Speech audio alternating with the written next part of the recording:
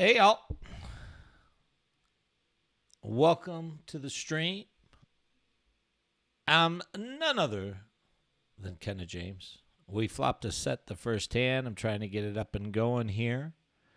So just give me 1 second. Let's bet half pot here.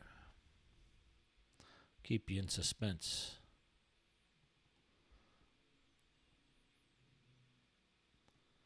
We got raised.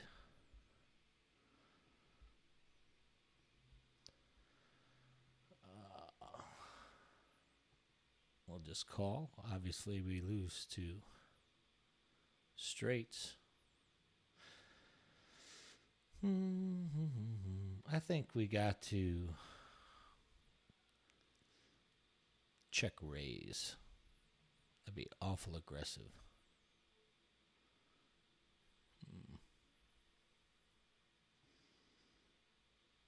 Yeah, let's just get it in. If he's got the 7-8, just take it. Set of nines. How about that? First hand right off the bet. Set versus set. Just felt too nitty just calling there. Could have easily called and left myself a short stack, but no thank you. So right off the bat, we got action. Great to see you. Glad you're here. Just getting things opened up. And we're going to be playing all day. We have this $50 buying 50K guarantee.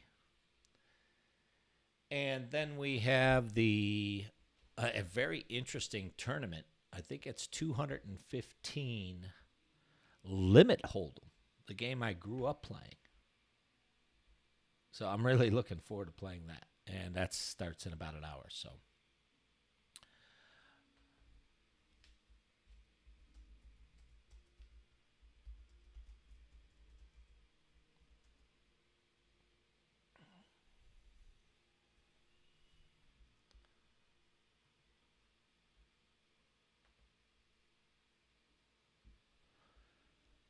And boom, we get that open. Good.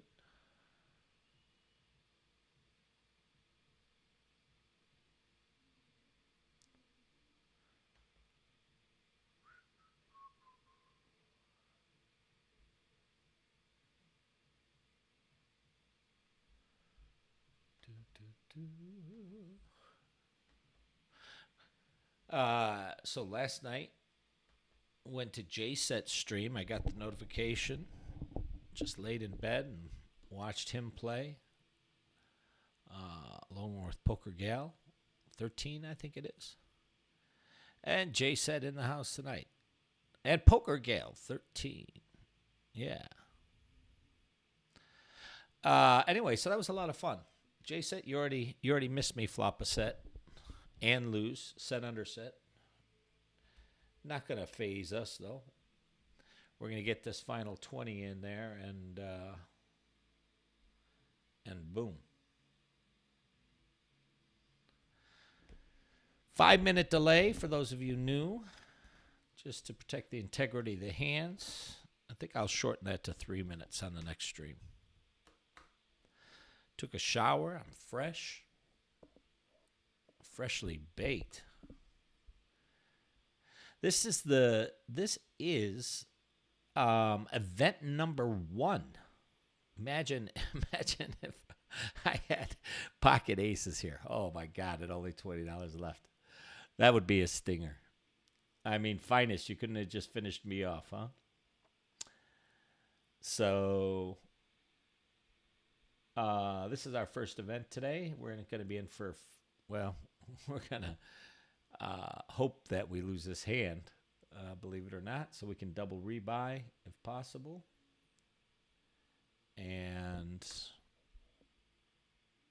forget what happened a second ago. Thank you. Thank you for the good luck wishes. Appreciate that.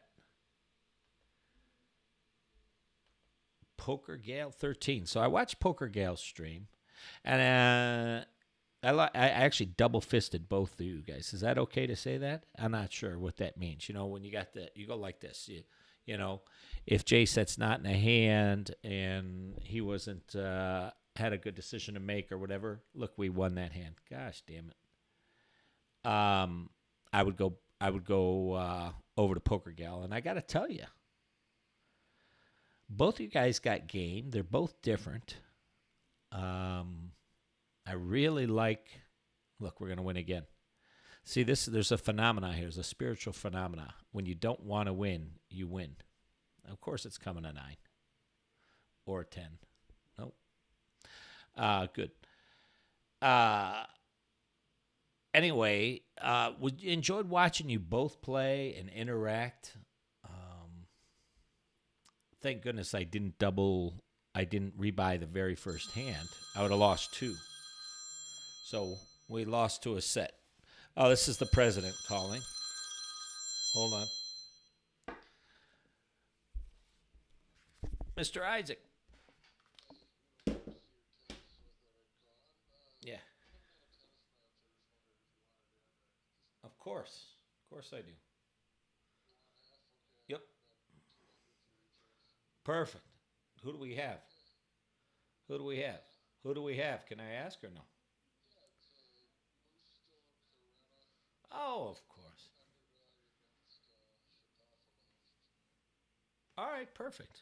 Let's do it.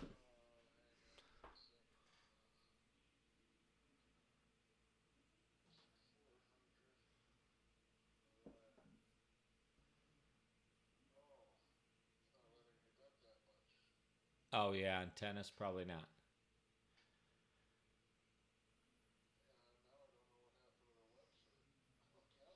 All right, sounds good. Thanks, man. Bye.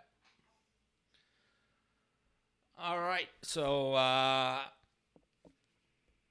that was somebody calling me for a tote, a teat. What do you call it? What do you call it when you give them a bet?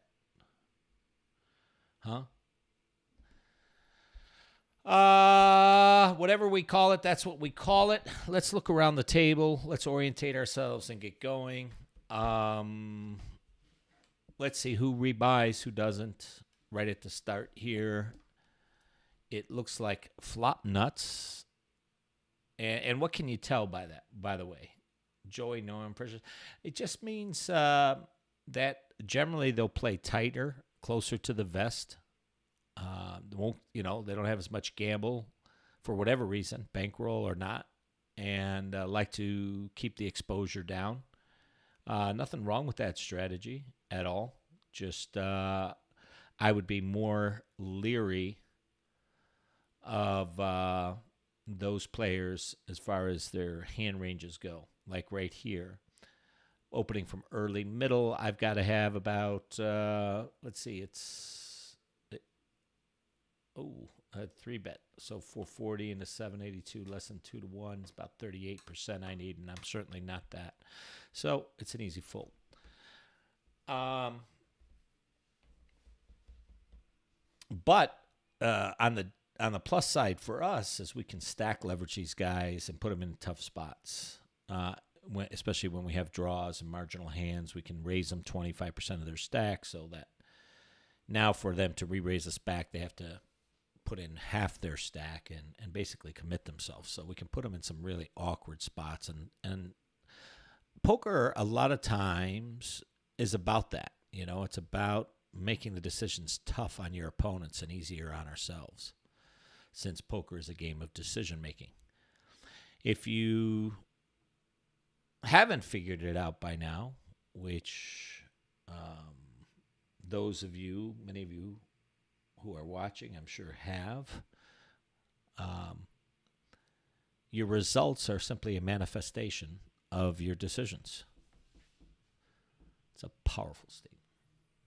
So if you want to improve results, you just got to improve your decision making. And whether you have that process or not, and all the things that go into that, we'll be sharing some of that today. And we'll probably give away some percentage, along the way. Matter of fact, Positive Poker Insiders. Okay, Kenna, can you discuss the way a tournament is like a book or a good speech with a beginning, middle, and an end, and how you adjust your strategy based on chip to blind ratio and table conditions? Holy cow, what a rich question that is, huh? Now that is a rich question. Beautiful. I love it. Absolutely, I will. I'll discuss that.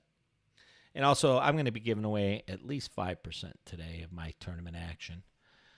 Maybe I'll do quizzes or things like that, and you can earn your percentage along the way. I'm not a professional streamer by any means. It was really nice to watch Poker Gal and Jay Set last night play their games, talk about their thought process. I really liked the way you guys thought and approached the game. It was really cool, and I felt welcomed into the community by JSET. So, yeah. Now to the question. Can you discuss way tournaments like a book or a good speech? Absolutely.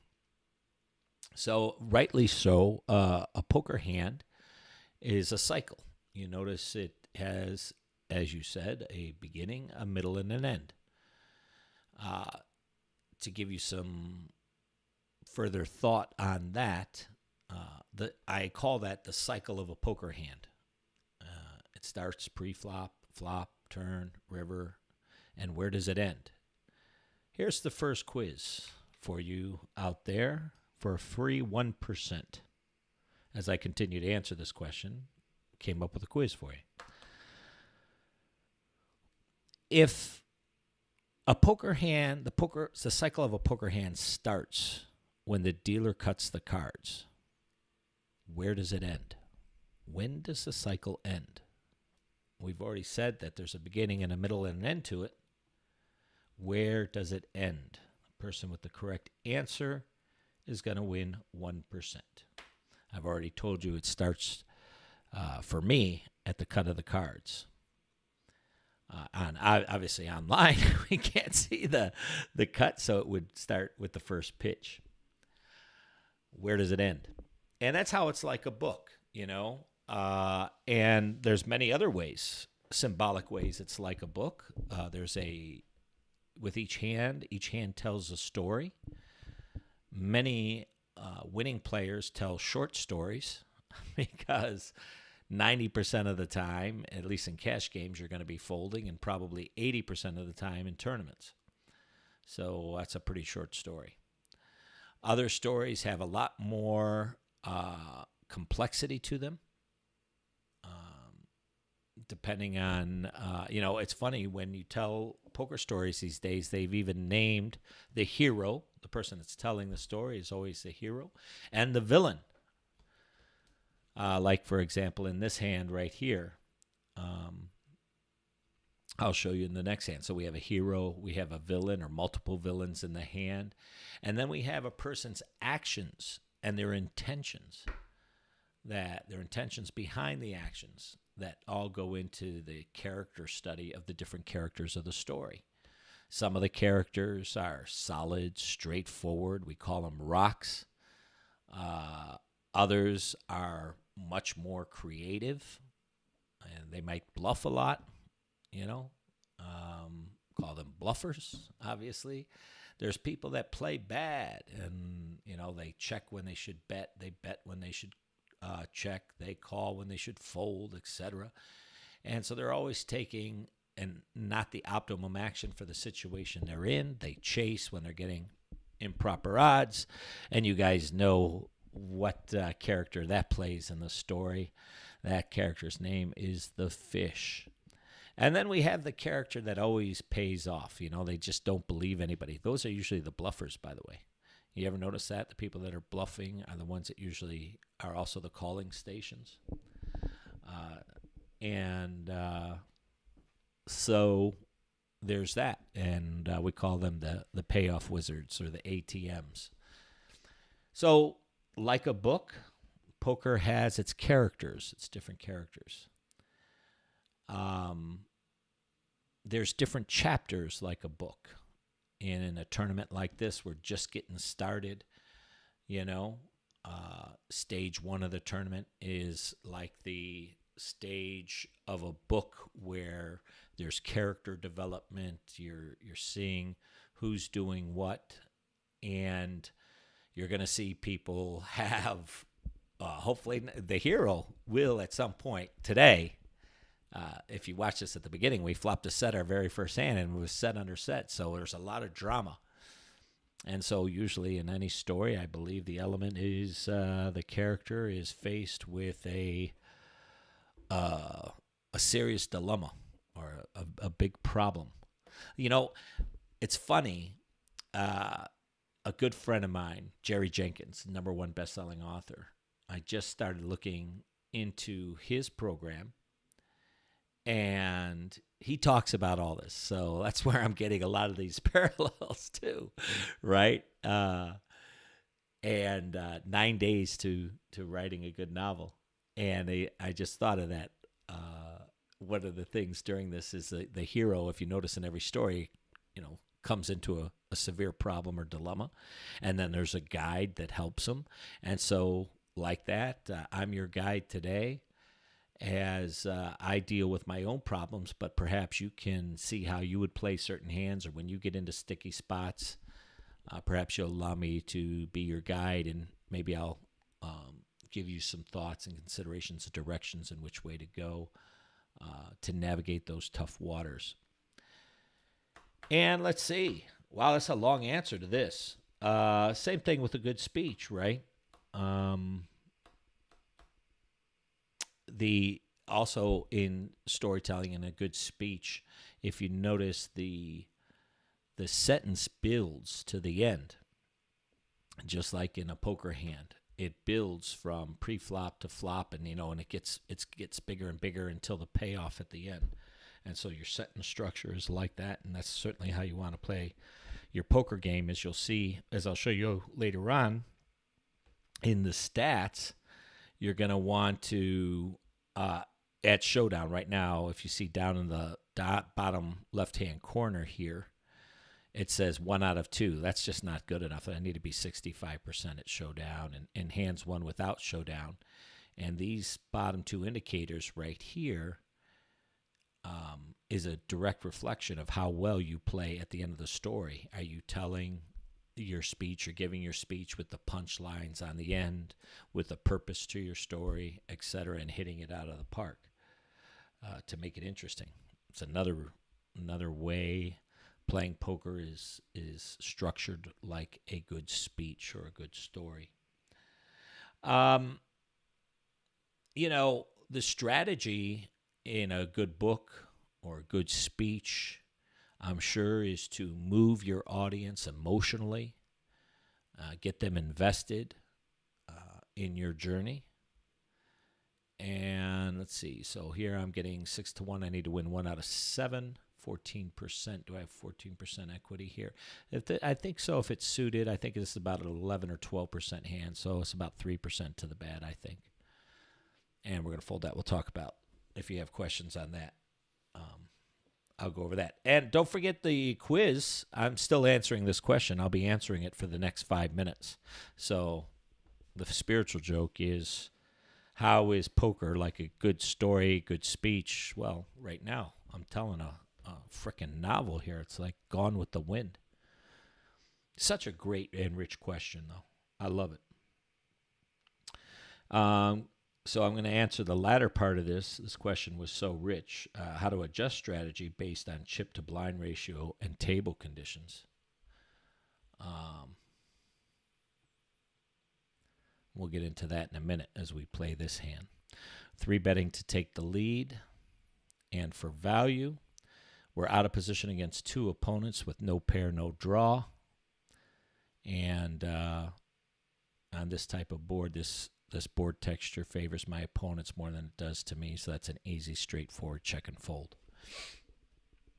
Okay, so how does the strategy... I'm answering this question. Those of you just joining me, I see we got some followers. I really appreciate that. If you don't follow me, click the follow button, and it'll notify you when I'm up and out to play. I'd like to Glad that you're here.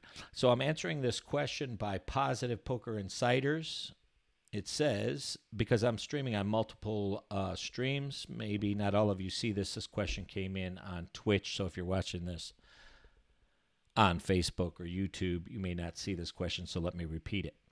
Okay, Kenna, can you discuss the way a tournament is like a book or a good speech with a beginning, middle, and ending, and how you adjust your strategy based on chip to blind ratio and table conditions?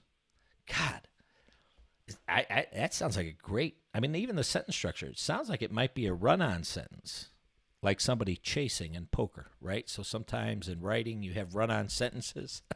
That's not. It's a very great sentence. But that would be like chasing. In poker, chasing is a term we use for calling with unfavorable odds. And certainly there's chasing, right, in a good story. Always a good chase.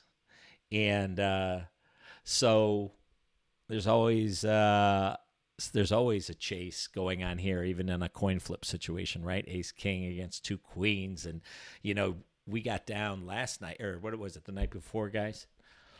We finished 28th out of 700, and we get down there. Let's see. What am I doing here? Am I raising and taking the lead? No. Multi-way hand in position and a multi-way pot. Let's go with the flow. So the story we're going to tell is exactly the one we have. We're going to reach deep. We're going to speculate here. It's less than 5% of our stack. So we're following the 5-10 principle. And wow. Any chance we could pick this up with the raise behind? This looks like a pair over here. This might be, let's do it. Finest looks like they have a pair like 8s or 9s they raised with. And so that's why I stole position from there and leveraged the pot. All right, let's see. Seeing through the cracks, seeing kind of spots like that others don't see is a lot of times the difference between the great players and regular players. Look at all my great friends are here. I'm giving 1% away. No, 2%. Well, you know what? I'll give 1% at a time because I'm going to keep giving them away. You can win more than 1%. Maybe if you stick around, you answer these quiz questions, you can come up with a lot more. The quiz question is, in a poker hand, if it starts with the cut of the cards or the first pitch in online poker here, the virtual pitch, every poker hand has a beginning and a middle and an end to it. So if it begins at the cut or the first pitch of the cards, where does it end for a free 1%? That is the question on the table. Now, I'm not dodging this. It's just a lot. This question's so involved by Positive Poker Insiders. How do you adjust your strategy based on chip to blind ratio and table conditions? Well, let me do it backwards. From table conditions, one of the things, since I've been playing a lot more online now during the COVID, I noticed that the old adage of playing loose when your table's tight and tight when you're loose doesn't frickin' work, man. It doesn't, because people don't fold, number one. And number two, they're always getting, every other hand, somebody's got a premium hand. So trying to play loose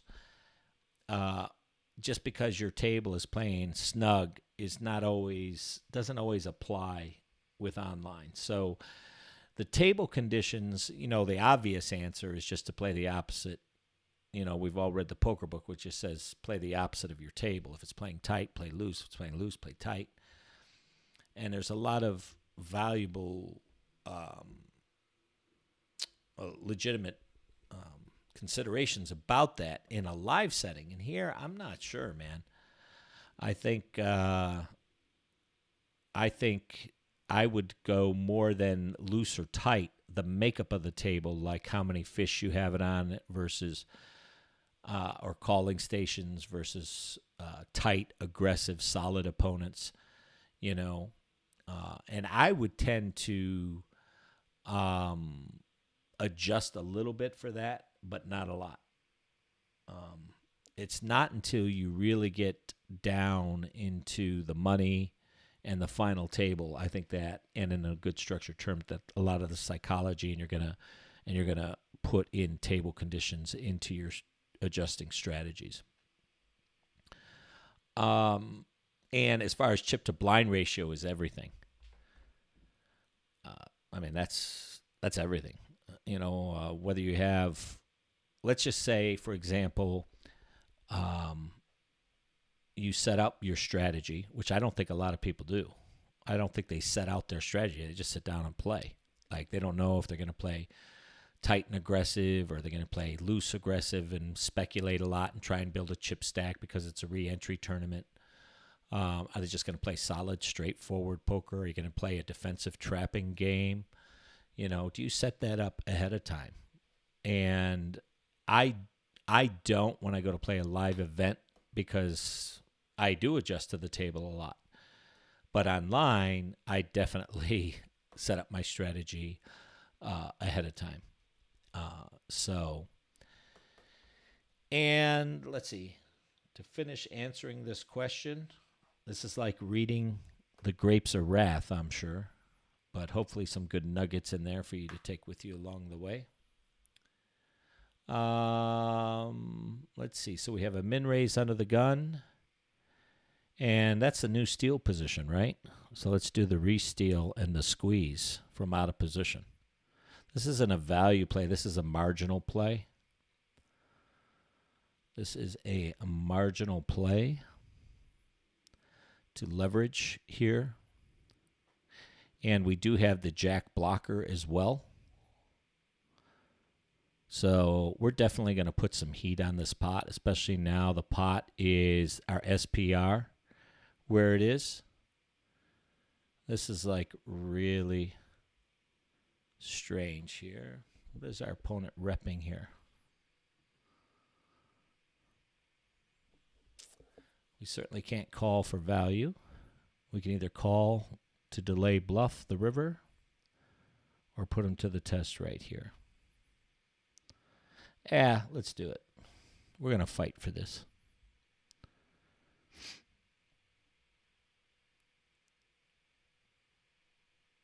We're going to fight for this. We have enough fold equity with their chip stack the way it is. I really put them on a queen here, maybe like queen 10, queen jack, 7-10. Oh! Wow. Second bad beat today. Well, we had the cold deck on the first one. Here we did make the play. He had 10 high, but he got there. Good on you. Ooh, man, how about that? Bluffing with the best hand. Yeah. Boom. That's kind of like poker right there is like the MMA. You just get hit in the face.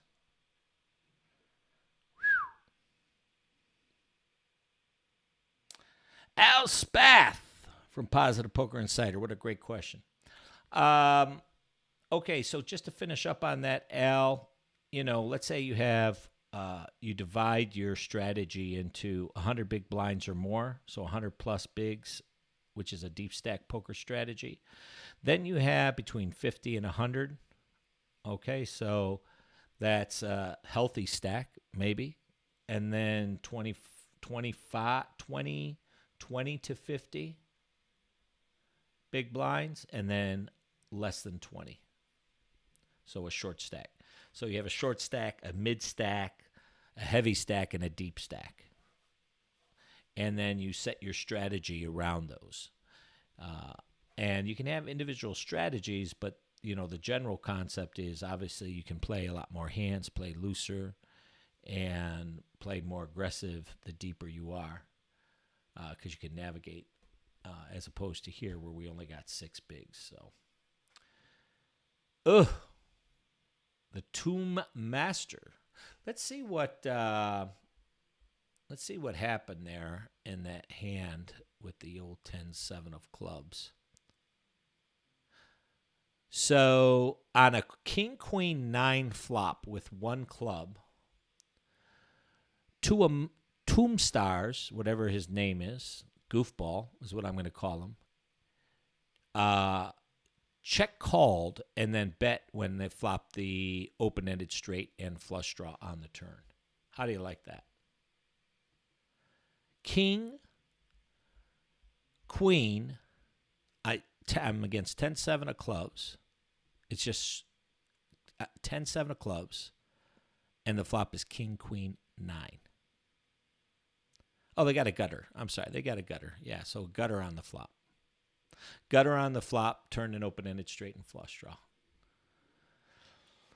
Ba, ba, ba, ba, ba. All right, let's fire again.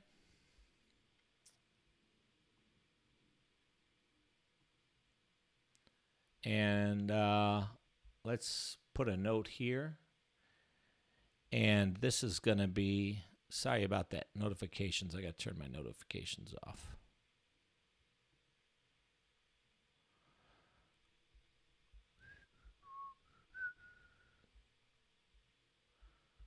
Player note, note to self.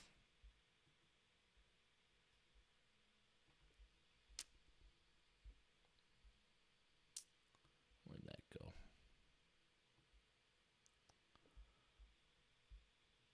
We have to run a little bit better than that.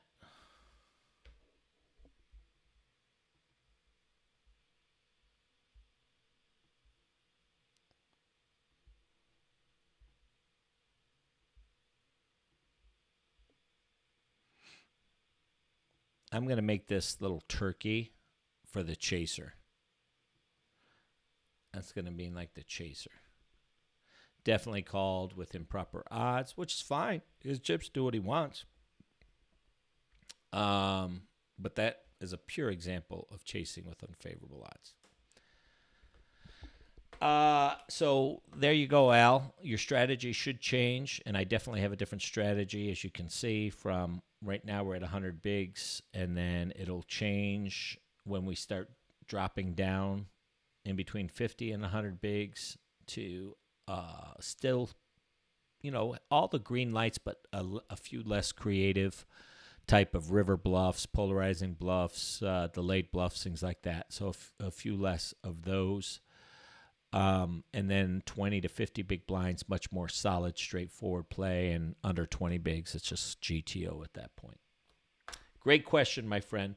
Let's see if we had anybody that answered that quiz question I gave everybody for the free 1%. Let's see if anybody even took a guess.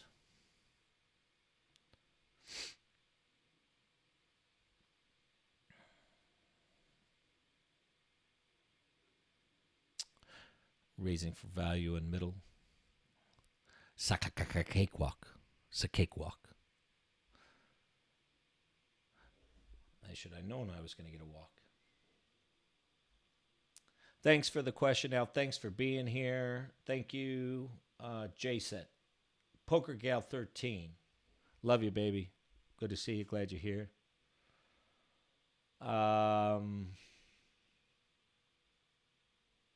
I see the famous hat. Yes, you do. Carried that hat around a long time. I think I should. What do you guys think? Can you see the thing okay? Can I stretch that more? Let me see if I can stretch this out a little more. You don't need to see the stats, right?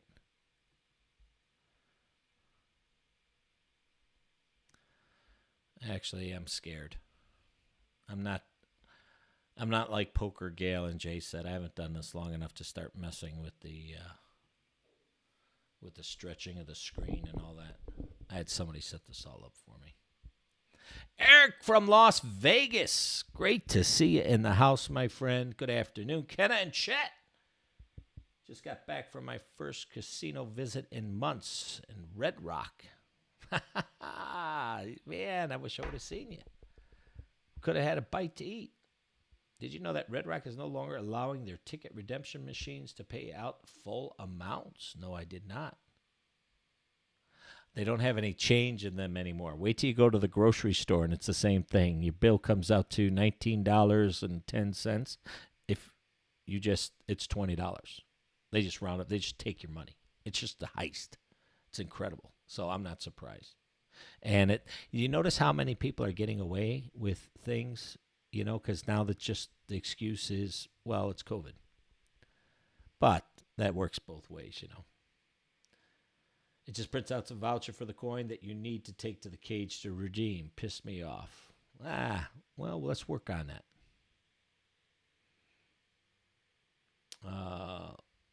Let's work on not getting overly affected by the change machine, Eric.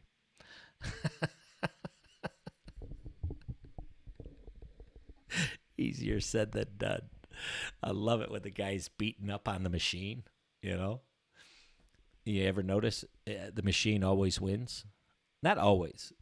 Most of the time. I've seen a couple of things on YouTube where they were trying to take out an ATM, and that might have gone.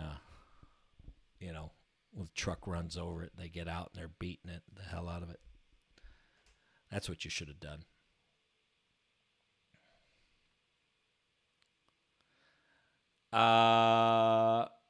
Brad, okay, you attempted an answer. Let's see what you got right after this hand.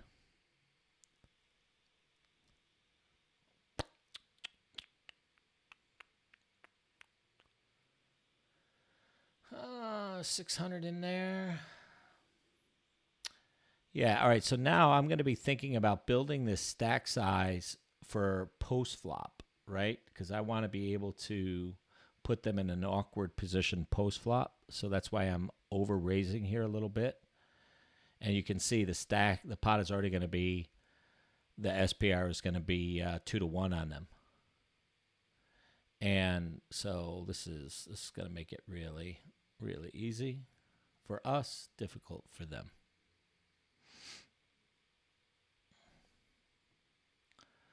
Well, I guess it's difficult for us. Come on, baby. There you go. One time. One for the good guys. The machine paid out that time, Eric.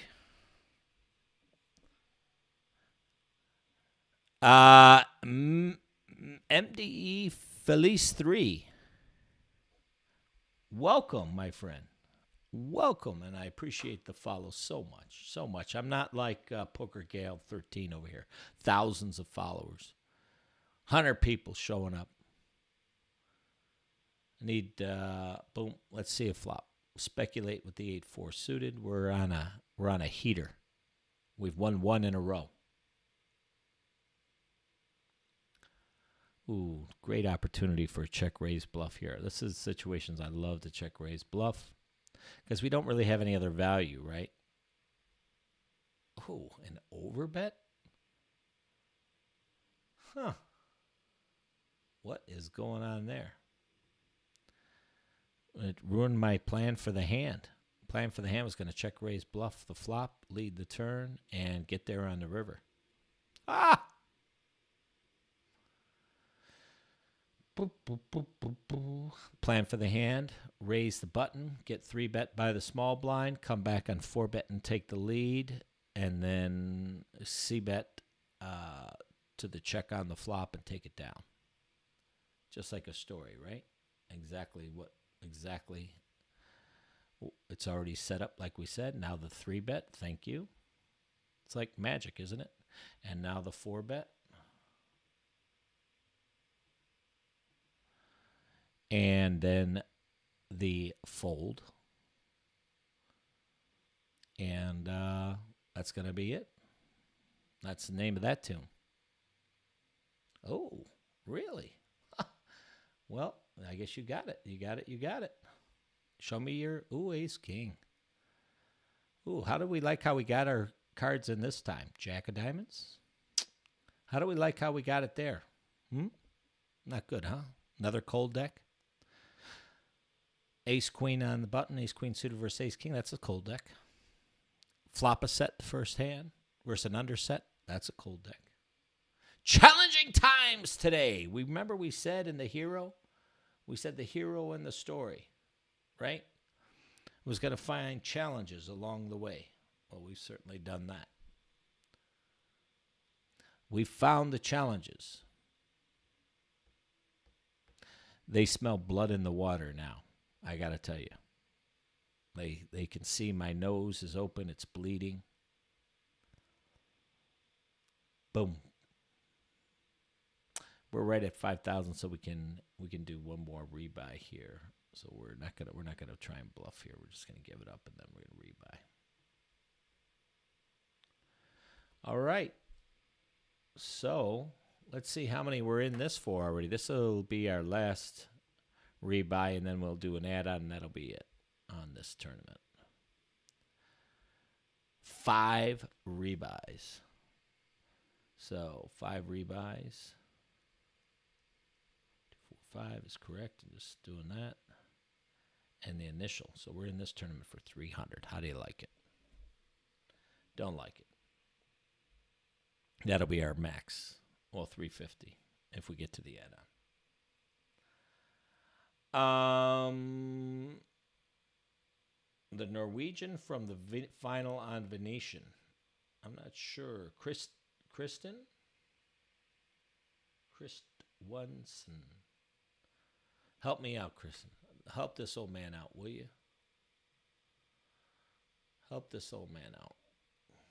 First to say your name correctly, and then I have no idea what the Norwegian from the final on Venetian means. I'd like to remember you. I'm just seeing your comment now. I really would. Help me out, will you? Are we on tilt enough to call this, ladies and gentlemen? No. We don't go on tilt, right? We're professionals.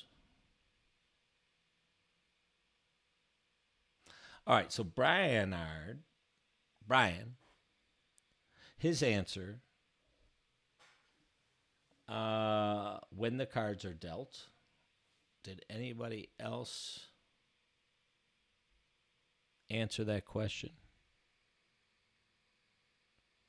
Wow, J-Set making a play for the poker gal, huh? She is so smart, amazing player. She probably is, but ooh, you're laying it on there, baby. I like it.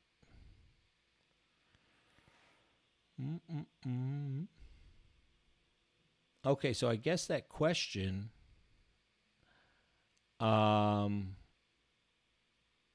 only Brian ventured to even answer that question, which we gave away 1%. MagGen95, nice to see you. Thanks for the follow. Really appreciate you. Let me see if I can change that up so I can get both my new followers in there. I'm not sure.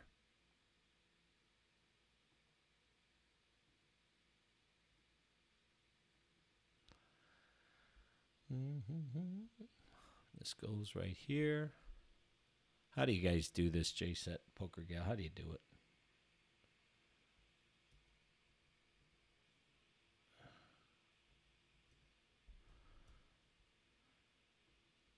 Is that right? I don't know. Make a comment in the box, would you, MagGen, so I can make sure I get your name spelled correctly. And M. Delafise 3. Hey, thanks, man. You're playing in this series, huh? Great. Let's do it, man. Boy, you'll have an advantage, huh? If we get on the same table. What is your handle on WSOP, if you don't mind me asking? I just get your handle. You get to see my hand, so I think that's fair enough. AVJ94 was good, Kenna. How's the winnings for the day? We're not winnings. We're losings. We're losings. We're in 5 rebuys already. First hand, set under set. You know, these aren't bad beats. It's just what happened. Set under set, and then another one. We lost a double rebuy where we made a power bluff on the turn. And with the best hand. We were bluffing with the best hand. We got called. Guy had open-ended straight and flush and got there on the river. So we're firing today. In about 10 minutes at the top of the hour, we're going to join the 215 limit hold'em. event. Really looking forward to that. That was my game, baby, for years, and I haven't played it in years, so looking forward to that. How I'm going to play limit hold'em and no limit at the same time. If it wasn't challenging enough, we'll figure it. And Brian, it looks like you are the only one that answered that question. So I will give you the actual answer, which is very close to what you said, and still give you the 1%. How about that? And that goes for all tournaments today, Brian, by the way. Not just this one. Whatever other ones I played today, and should be on for most of the day. Unless I keep getting my head kicked in. I might just say, do a Roberto Duran, no mas, and walk off the edge of the earth.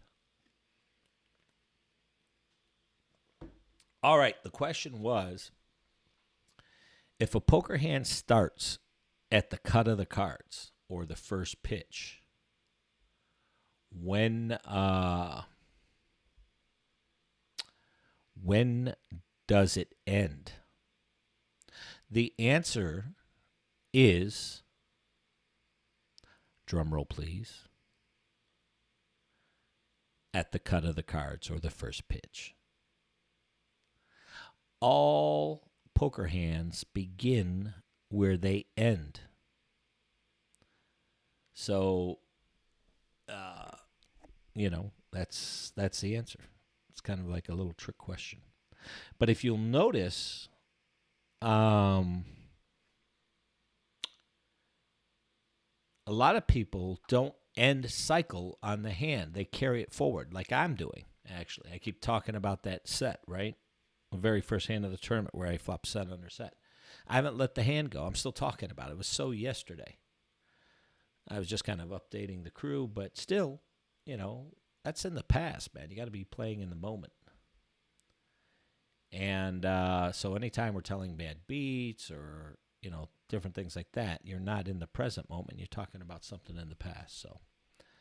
So congratulations, Brian, on the 1%. You said when the cards were dealt, technically just a little off but close when the first card is pitched, or if that's where you determine if you're general like that and you say, okay, when does a poker hand start? You say when the cards are dealt. When does it end? When the cards are dealt. Pretty cool, huh? We are going to come out winning, though. Age, AYJ94. We are going to be coming out winning today, for sure. Not sure how we're going to do it, but we're going to do it. Guaranteed win today. How can I guarantee that? I'll tell you later. Guaranteed win.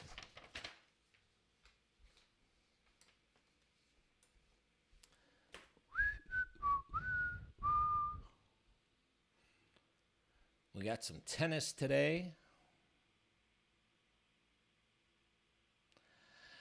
Bobby Wages in the house. I just got inside information that Bobby Wages from Kentucky is in the stream. My good friend, Bobby Wages.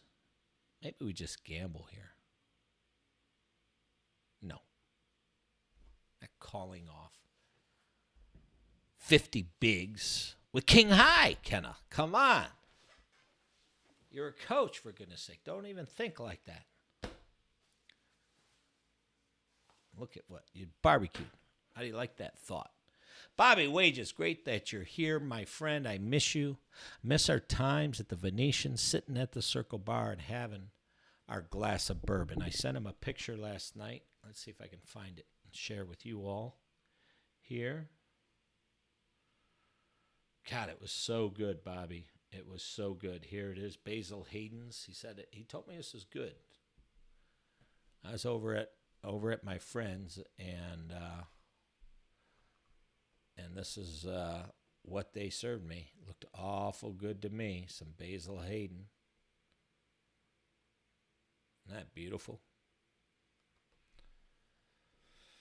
Yep. keep getting beatings like this, we may crack that bottle open before the night is through. Share a drink together, a few poker stories, some strategy, answer your questions, and try to focus and play some poker along the way. Thanks for being here. Look, somebody else called with King Queen. We have somebody else in this tournament. Wouldn't that be cool? Let Me Limp. Hey, I've played with you before. Let Me Limp. Just the other day, I think. I hope I didn't say anything bad about you. I don't think I did. Let Me Limp. That'd be great, man. That'd be fun if we get down there. But I have definitely played with you.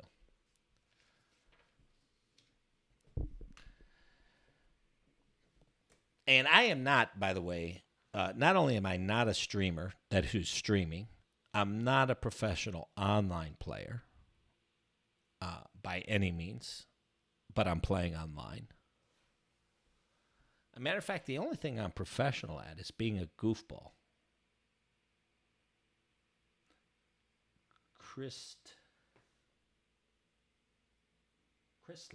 Crystalline is my username, is my user on my phone. Crystalline, okay. Crystalline, I like that. And we're on break. So I'm going to register for this other tournament. I'm not going to go away other than to just grab a quick drink. I'm going to register for this tournament. So I'm going to stay right here with you. I'm going to use this break to play some music, pick out some music. This is Racket. Oh, okay. So wait, I think let me see here. This is the Rack Me Up. Do I want to play that or do I want to play? I thought there's a. Oh, it's not till 5 o'clock. Not till 5 o'clock, the Limit Hold'em. Yeah, rather than play 3 tournaments, I think that's a bit much. I'll register for that now, though. That is a $15,000 guarantee Limit Hold'em event, 215 buy-in, so it should be a small field. That starts at 5 o'clock.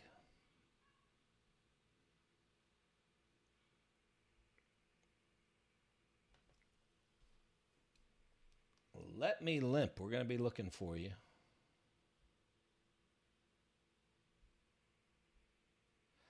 Rick Lenz in the house, all the way from California. Rick Lenz, great story about Rick Lenz, famous actor. It's kind of like me in poker. We were somebody when. We're always somebody, but, that's the joke. Also an artist, musician, just a really talented guy, and he's joining me on the stream on Facebook.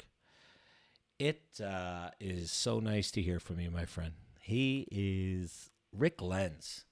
I first saw Rick, I don't know if he'll remember me telling him this, because I was an actor and was studying in Jackson, Michigan, where Rick is from, and that's how he came back home to do a play called Equus. And I got the lead role. I was fortunate enough, and Jerry Blanchard, who directed the play, was getting us all ready weeks before Rick arrived. The star was coming to town, and he was. I remember watching him distinctly on one of my favorite shows as a little kid growing up, called The Bionic Woman. He played the doctor that, gave Lindsay Wagner her bionics, and he just had such passion in his face. I seen the passion. So that was indelled, what's the word there, Rick, imprinted on my mind.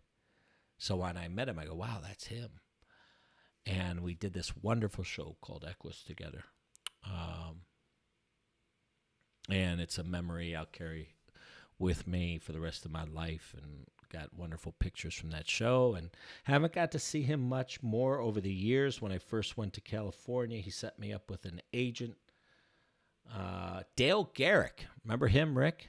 Dale Garrick. Wow, that name just popped in my head. And I got a couple of things through Dale, a couple of B movies, one called, Rick might not even know this, called Deadly Diamonds. You know who was that in that, Rick? Was Dan Haggerty and Troy Donahue. It's a B movie, you know, they called it Tits and 10, TNT movie. Not porn at all, but definitely a little bit edgy. And then they did attach a couple of star names to it. They'd package it up, and I had the supporting role in that. And then they'd ship it overseas, and you know, I was this anyway. Deadly Diamonds. So we did a few things there, and but over the years, I wish I could have seen and hung out with Rick a lot more. Just a great guy, great family man, great actor, and a great artist. Thanks for being here, Rick. We're just playing a little poker, by the way. So this is what diverted me from my acting career, although acting's definitely helped. You know, poker can be tournament poker, a lot of creativity, definitely some bluffs and things like that along the way. Just like in, you know, a script, we make our decisions and our stories that we tell. That's what we do here on the poker table as well. I'm also streaming. If we lose me, anybody on Facebook, if you want to join me over on twitch.tv, it's www.twitch.tv/Kenna James Coaching. And that's where you can find me on Twitch. And we have another chat going over on there. Richard Reeves, what's up, buddy? And Magnus, I want to remember you.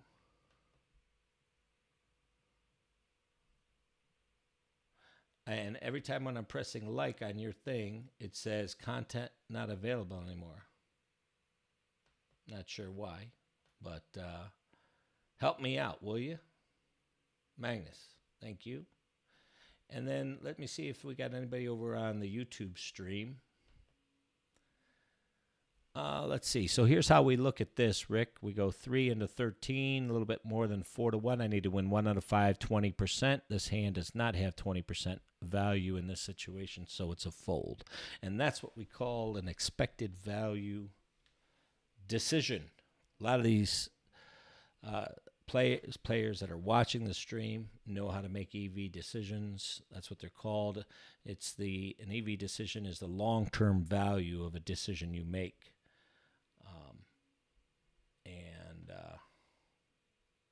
Yeah, that's what that is.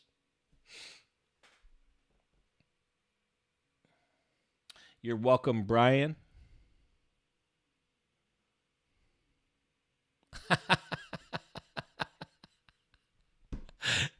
You're a fish, huh? You might have the chicken. Oh, that's going to be embarrassing. That would be embarrassing. Let me limp. If you come onto my table and you have a chicken, I think that's going to be more embarrassing for me than it is for you. So those of you who aren't, maybe you're watching on Facebook or YouTube and you don't know, you're new to poker. So I'm going to talk about some advanced concepts in poker and strategies for those that play the game and that ask questions and interact and want to know. But I'm also going to talk about some of the basics for those tuning in across the different streams and want to know what in the hell am I looking at and why am I watching this on a Tuesday afternoon. But still mesmerized while you're trying to figure it out.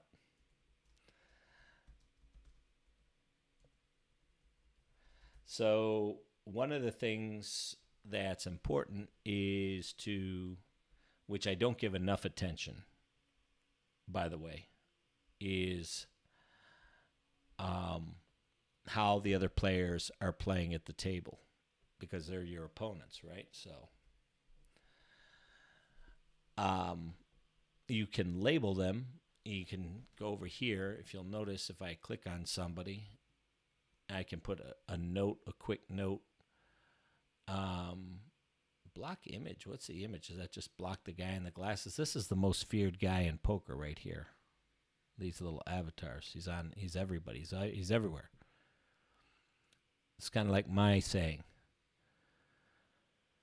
You're your toughest opponent in the game. Many people think it's them against everybody else. I see it as a game of me against myself. My lack of self-discipline, lack of patience, lack of understanding.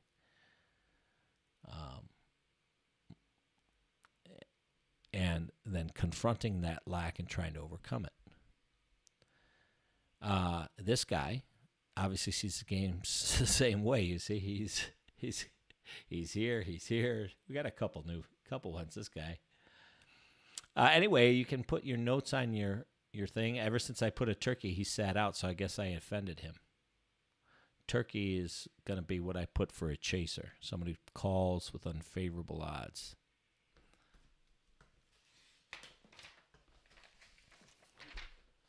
All right. I'm also going to, let's see, we have a new follower here too. Let me get over here and go to this.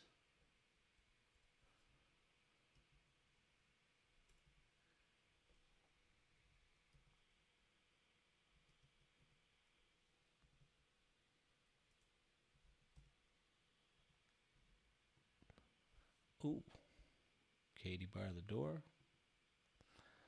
Let's get on a roll here, huh? You guys could call me Butta, because I'm on a roll.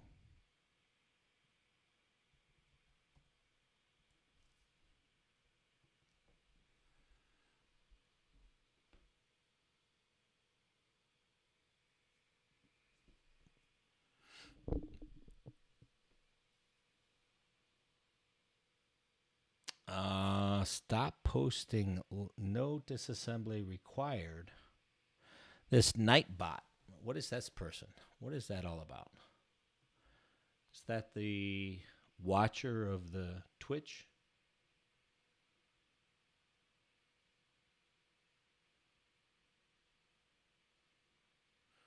Nightbot timed out Megan 95.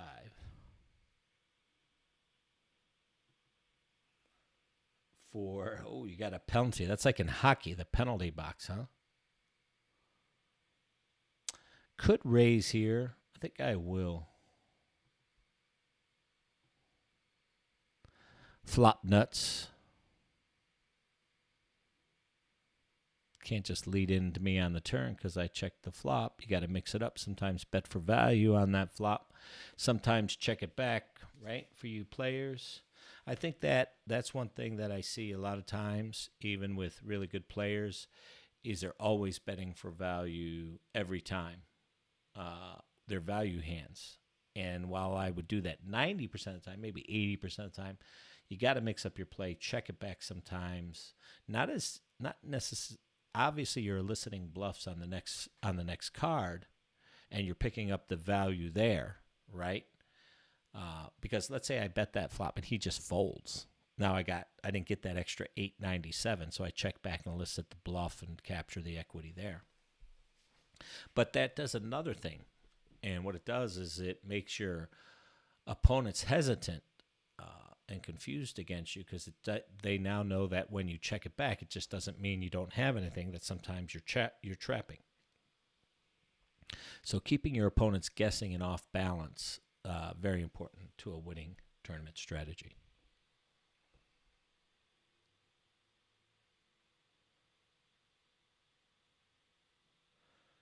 Maggot 95, you were posting something, huh? Too bad I missed it.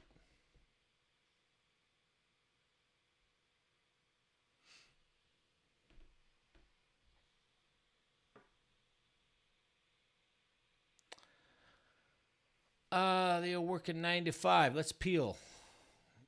125 to return 1,000. Need to win about 10% of the time here. This is about a 10% hand, maybe about 8%. We're reaching a little bit, but it's all right. Take it, flop nuts. Flop nuts. Let me limp. Hey, let me limp. What do you do? Or maybe J-Set. You know the answer to this, too. J-Set. He's got a late reg to avoid all the nonsense. Hey, you're going to be... hey, when you register J-Set, you're already going to be $250 ahead. It's like you've already cashed versus me. Oh, man, that's funny. I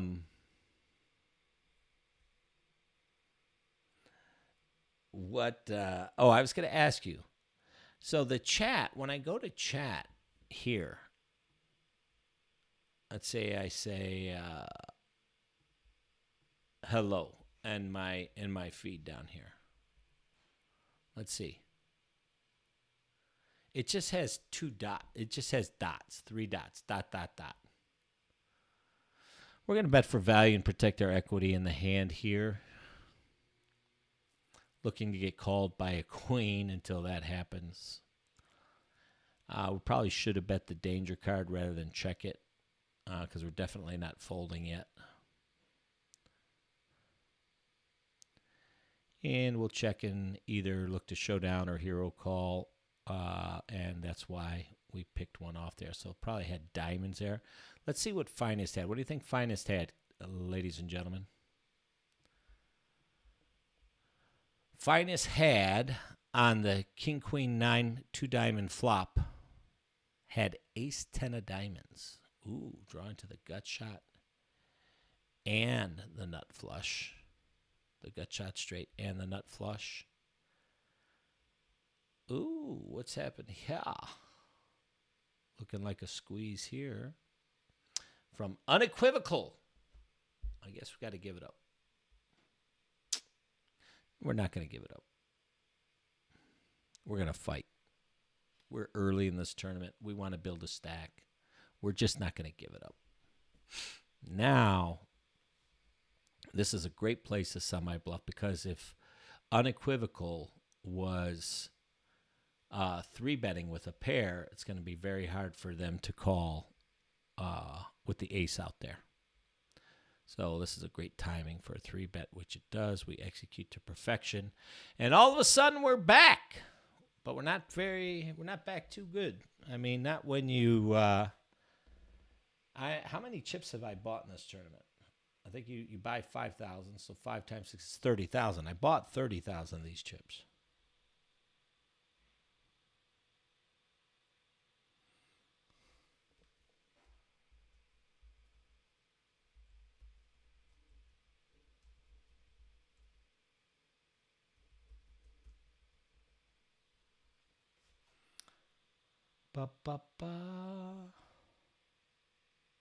Brian says, check this.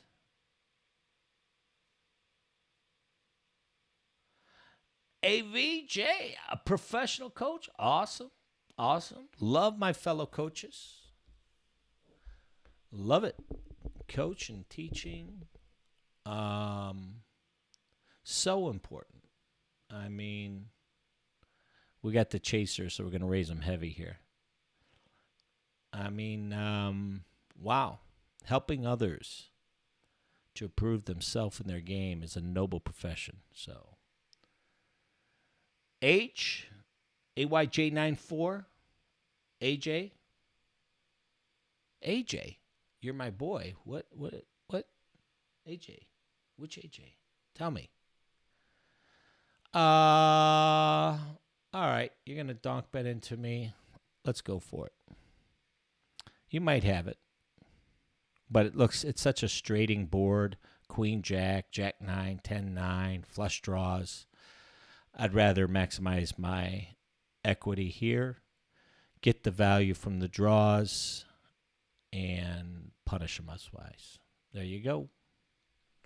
Did I do that one right, AJ? I hope. It's your boy, AJ. AJ in the house. Give me some coaching, buddy. I'll take it. Okay. I'll check my Facebook, Megan. Thank you for that. And don't tell me about being distracted and doing 5 other things. I already know that, Coach. But, aha, Magnus. There you are. Oh, my goodness. That is great, man. That is a great picture. Look at this, cocktails and all. That is awesome. Yeah, I remember that. That is cool, man. Cheers, buddy. I think I still have those shorts, by the way. That's a little while ago. That is a little while ago. Boy, we're having fun, huh? Good times. Thank you for sharing that. Really do appreciate it. Magnus in the house. I'm going to save that picture. Ooh, yeah, I think this is the table. Did I finish third in this Venetian event you got here? Let's see. Or is that you? Nice. Miss those times, man. Who would have thunk, right? All right, let me see if I can save that picture, Magnus. Let's see, 250, 4 to 1, 20%. Do I have 20% here? Yes. Maybe not. So it's more like about a 16%. So I took a little negative EV here. I think I got about 16 or 14%. Now I got a little more, though. Nah. Have a nice day, guys.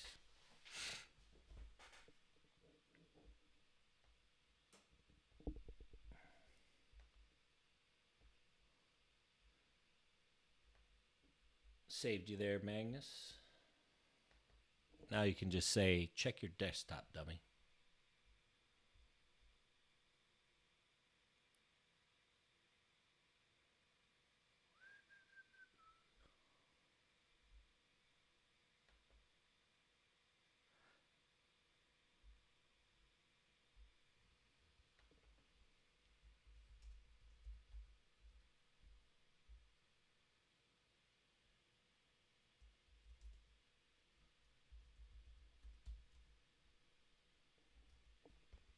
The 07 Dewey.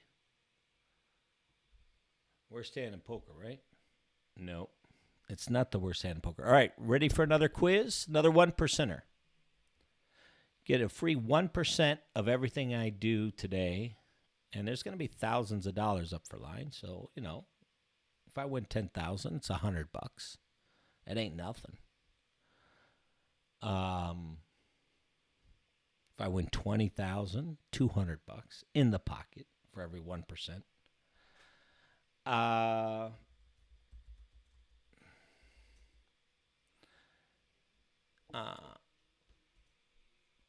What is the worst hand in poker? Correct answer. Free 1% of all my tournaments today that I play.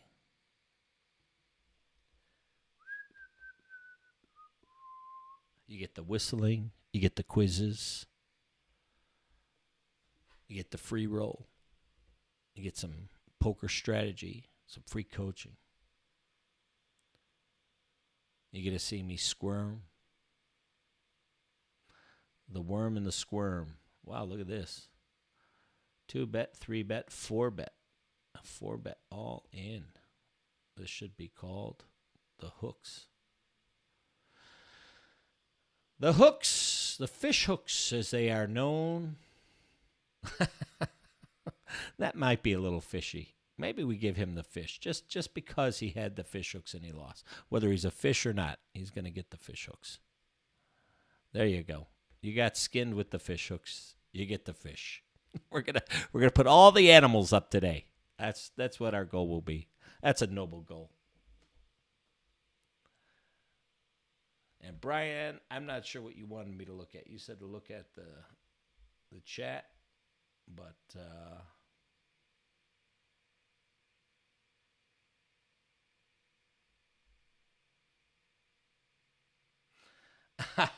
Okay. So WSOP has the chatting block. So it's not just me. So anybody who chats, it just comes dot, dot, dot. Why would they do that? Why? I don't get it. Why would they do that? Let me limp. Is that let me limp? No. Yes. Yes. Let me limp. Why would they do that? Just because you were giving people a hard time, huh? I don't understand why why are they taking people's right to speak away from them? Probably too many complaints, I guess. Probably in the political atmosphere, that's what they, it was just too much upsetting to people if somebody, just say one word or somebody flies off the handle. I bet you come November 4th, Chad will be back on.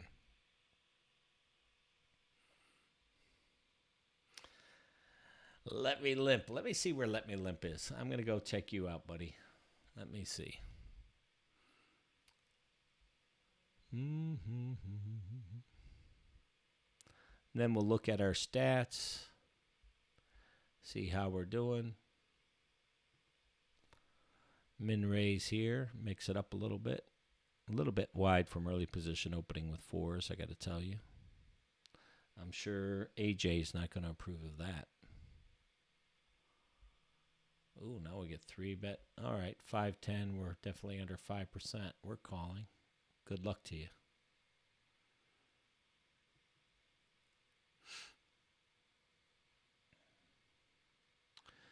Usually we'd check and call one spot here and reevaluate on the turn, but the board is, it just is so ugly for our hand. Even if they got big cards and 2 overs, we're not really that big of a favorite, and we could just be in really bad shape here. So we're just going to take a 2-second fold and take my 2K, buddy. Good for you. Unequivocal. You and I are going to do some battling later on. I was looking for, that's what I was looking for. I was looking for Let Me Limp. Let's see how he or she is doing in the tournament.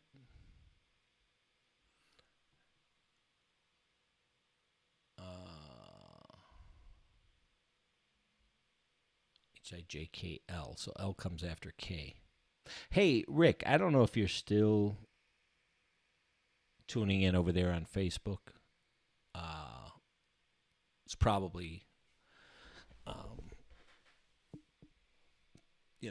lot to watch if you're not a fan of poker, so I don't blame you. But if you are, the King Jack, the Ken of James, we will call, defend our equity.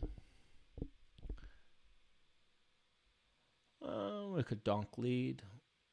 We could check raise bluff. We can't because we're let in. We have no pair and a weak draw. It's an easy fold.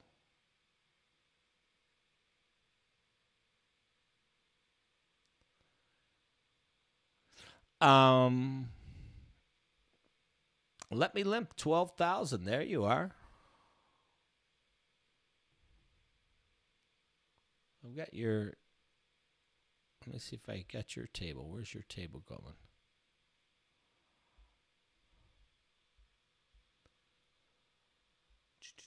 Defend here. Yes. Even with the Queen 8, we can put sick a cakewalk into a tough chip position, chip decision here. If we caught some kind of reasonable flop, we don't always have to flop a pair. We could get some decent board texture or flops that favor callers more than raisers and take some plays at this pot, but not in this spot.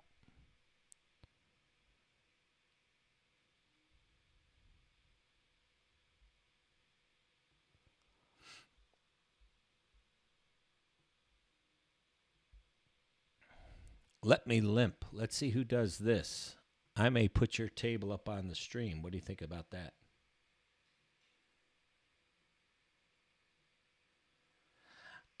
J-Set says 7 Dewey. What's the worst hand in poker? It says 7 Dewey. But for online, it's ace king. That is not correct. Seven Dewey, seven deuce, not the worst hand in poker. Nice guess, Megan. Absolutely. I just needed a little, Megan. I just needed a little visual.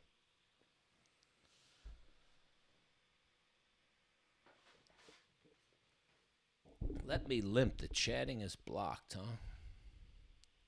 All right, so Let Me Limp was in my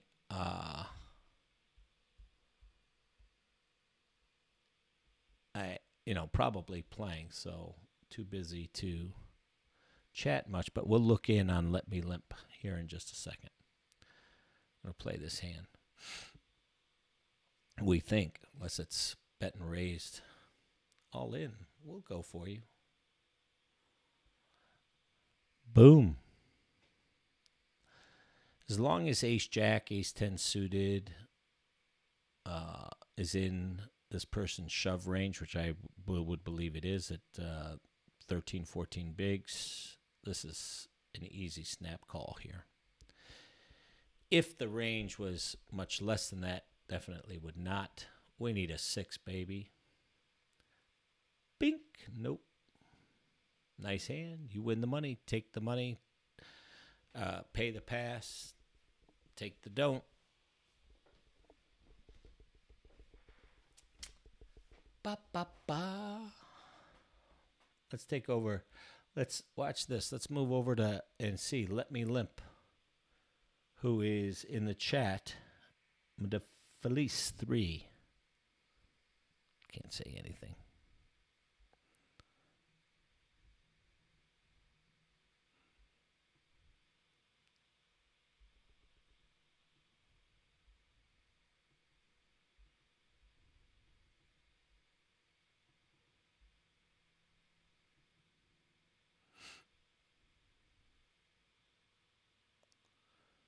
Right? Oh.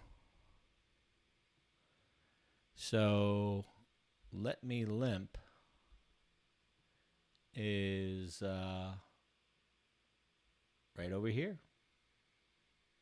Oh, you know what else I didn't do? I didn't put my seat in the right spot. Duh. All right, I adjusted that.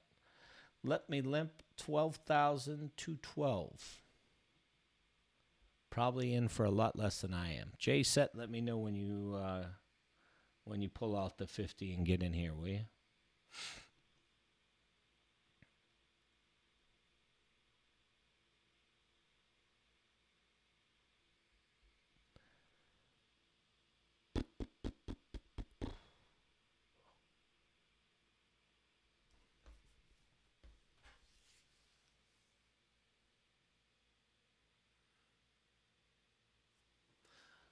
Bunny Foo Foo, what a name. All right, since we can't see your cards, I guess I will leave your table, and we will see you later. Let Me Limp.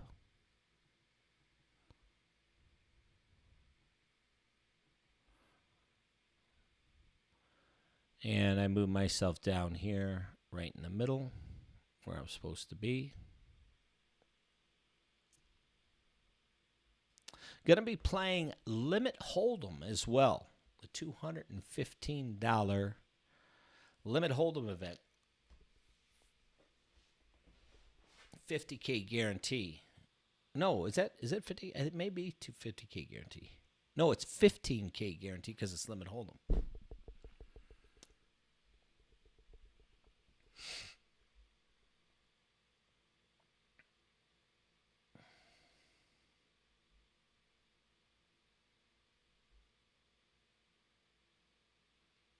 Yes, I am, AJ. You too, huh? AJ. Let me see here. Let me see. Let me look up AJ for a second.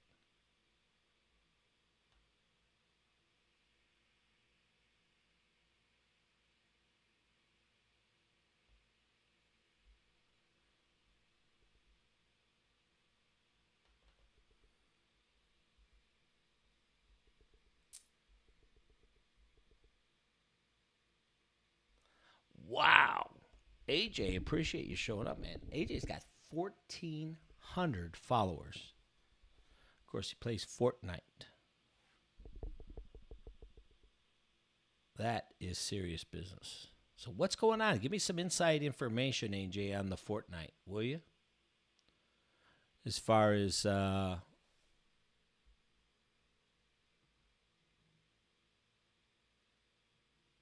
have gotten in trouble there. As far as the the fight, I guess they're having with Apple and the apps and things like that. Yeah, that last hand, luckily I was away, or it could have gotten ugly. We would have made the idiot end of the straight, or the bottom end of the straight as it's known, against the top end. We could have lost a lot of chips. So sometimes being distracted is helpful. Well, I checked out AYJ94 on Twitch. If you're into Fortnite and those types of things, you can follow him over there, and I guess he coaches that as well. So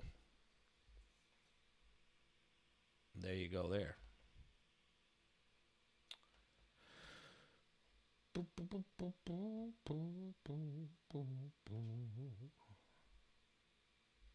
Can't stand my humming and all that, so I'm going to have to put on some music. That's just all there is to it.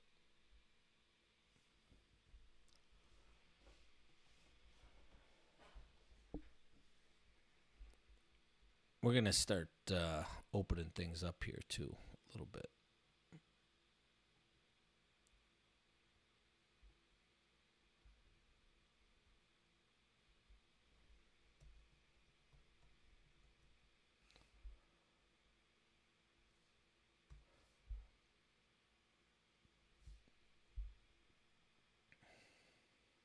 Wow, how does A7 get all in there?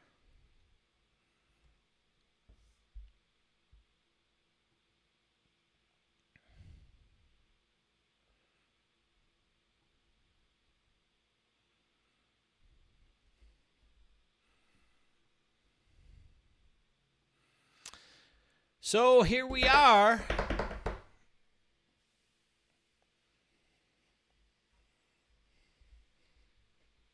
Let's take a look at the stats, shall we?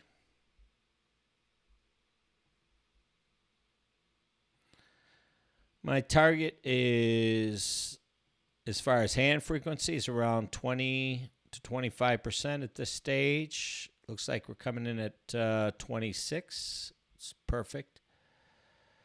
3 out of 6 at showdown at 50%, and 12 hands won without a showdown. It's way too low. It needs to be up around 65, 70% of hands won at showdown. We definitely lost a couple of runouts. 318 players in the field, 243 left. Our position is 66th. Going to the tail of the tape, up into the lobby. Let's see. First place, just over 12,000. Well, actually closer to 13,000 for first place. Looks like right now 50 players are going to get paid with the minimum cash being $230. We're going to lose $70 at a min cash. Actually, we're going to be $350. We're going to have to finish in the top 20 to make money in this one, which we'll do. We'll do. Fear not. This is Joey and Company. And for those stream police out there, we do have, this is not copyright. It is copyright music, but it's copyrighted with express permission for me to play. Friends of mine, their son, Tina, and Mark Napolitano. He's got a great voice and great feel. Feel that groove, man. Nice stuff. So only going to play music that I've been given express consent of the copyright to play for Nightbot or whatever the bot is on the Twitch and all the other streams. And then I'll tell you, if we get, hopefully, we shouldn't have any problems with it.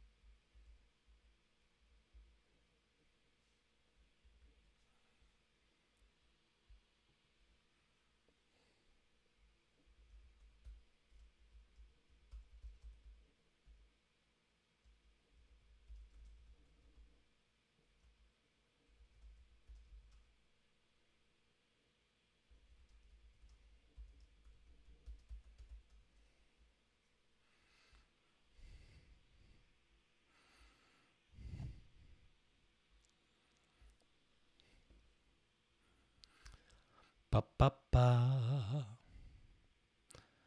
This one, let's see.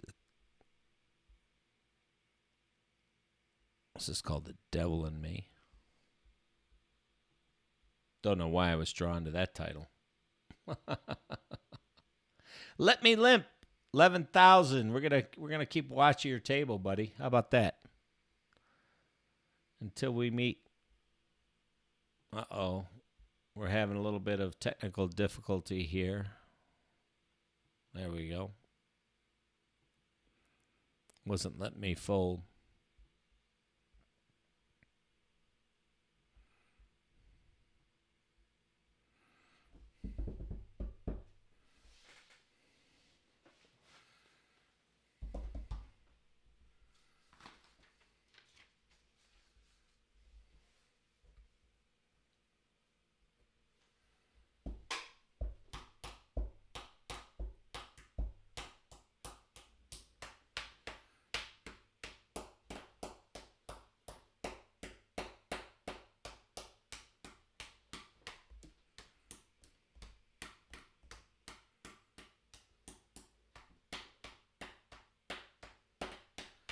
Free 1% of any tournament I cash today for the answer I'm looking for to this question.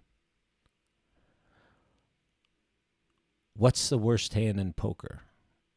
Type it in the chat. And if you get the answer I'm looking for, I'm going to ship you via PayPal.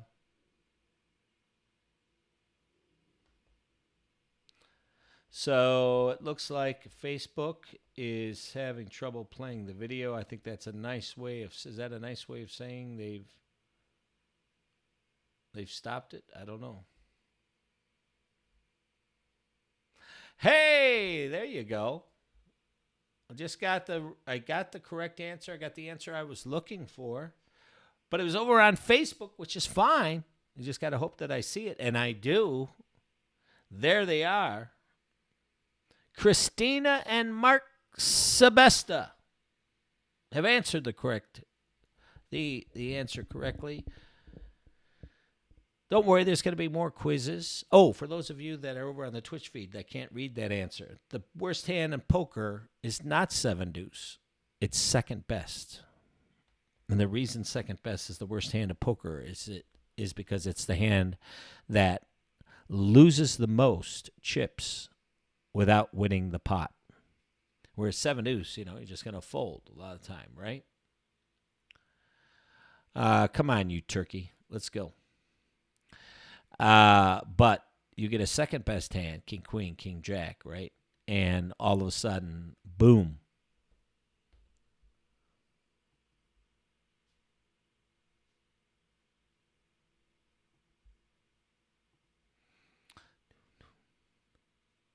Nice call.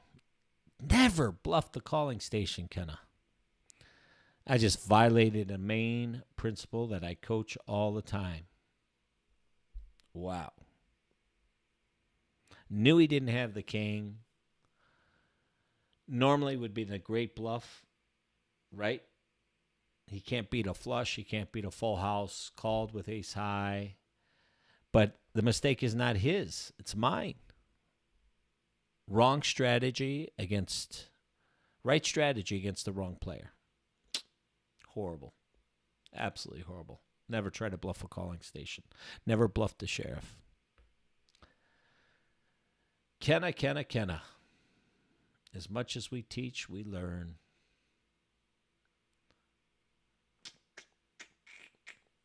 Acted just too quick there.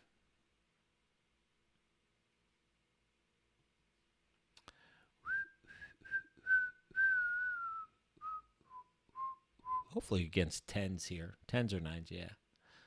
Well. Oh, man. It's a rough day, man. A rough day. No casinos in Norway, huh? Tough day on the felt for the Kenna. Let's just start talking about myself in the third person.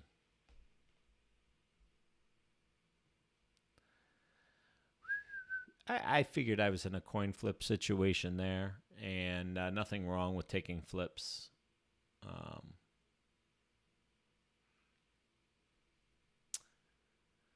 ba, ba, da, da, da, da. I don't think we're getting the right price to continue to rebuy into this event. So should we lose this hand, which doesn't look good, we're gonna bow out of this tournament. We're gonna take a break, and we'll play the Limit Hold'em event. Uh, Mark, Christina, so that carries on. You're 1% there. Thanks for joining me.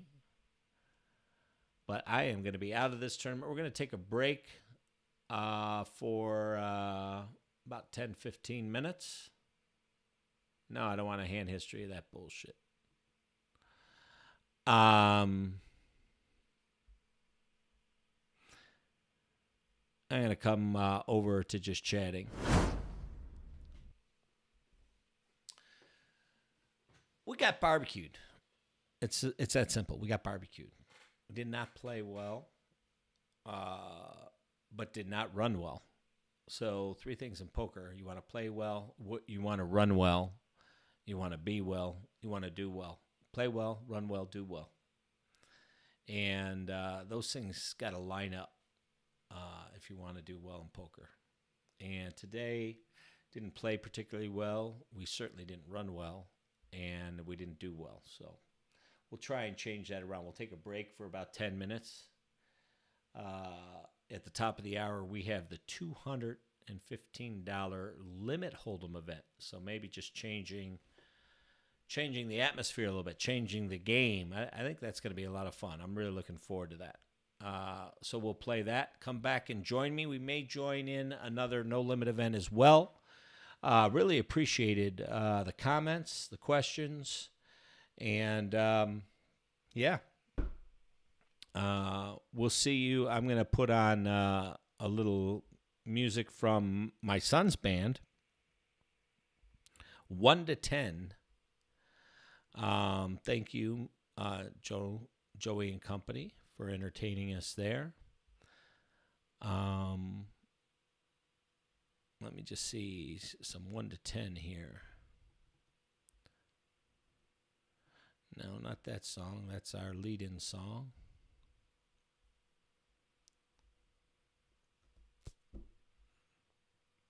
Hey, you know what? Maybe we'll just restart the stream all over. So I'll just hit some just an album. You know what I'm saying? No, I can't do that. I don't want to do that. I don't want to get barred or anything. Here we go.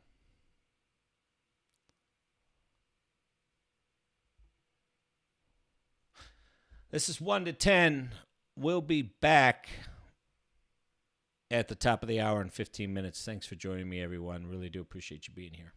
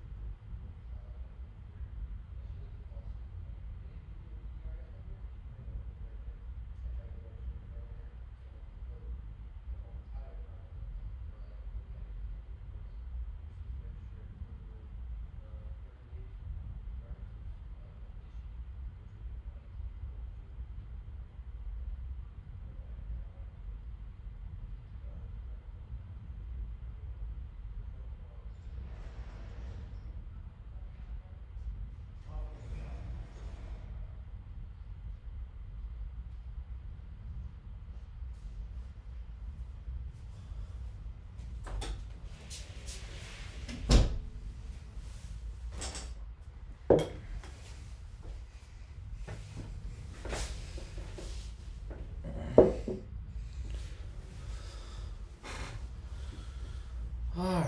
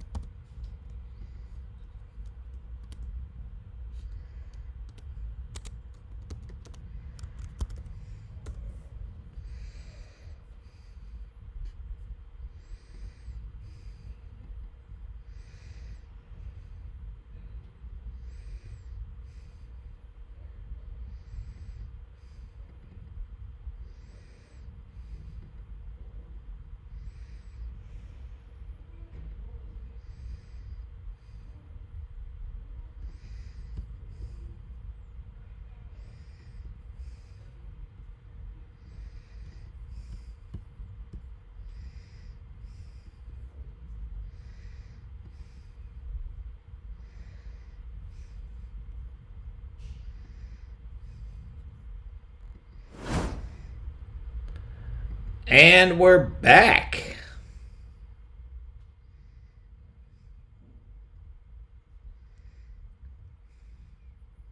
What do you think of 1 to 10, huh? How about these boys? Just got to get the right game up here. I'm on Blazing Tilt. So we're going to play both. We're going to play both the 50K No Limit and this Limit Hold'em event.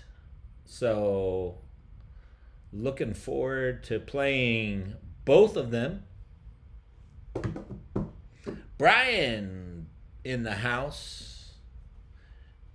I have one Chippery story I'll be sharing with you for sure.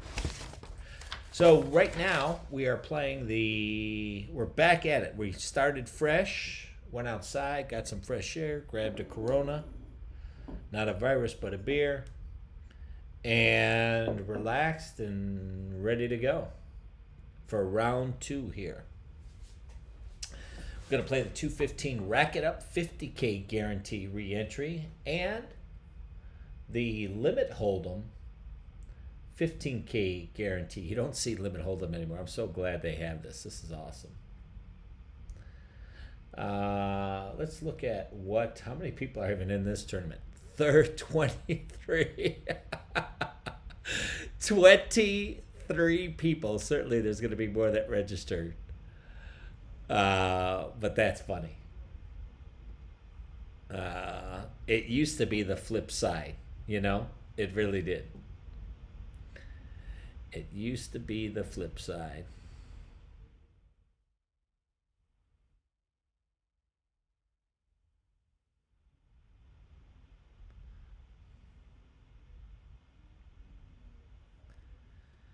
Test. Uh-oh, is my mic on? Maybe my mic did it. What happened to my mic?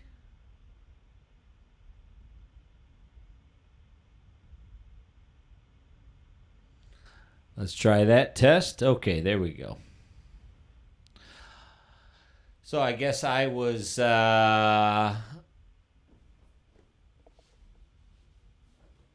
probably couldn't hear me there. So we're playing 2 events, both $215 buy-ins, the 50K No Limit Racket Up Reentry, and the 15K Guaranteed Limit Hold'em event with only 23 players so far. It's going to be a small field there, baby. They're going to have to give us the win. What do you guys think of the 1 to 10, huh? My son's band? These guys jam, huh? And Brian Ard, I don't know if you heard me or if I was off, but yes, one Chippery story I'll be sharing with you just a little bit later on today.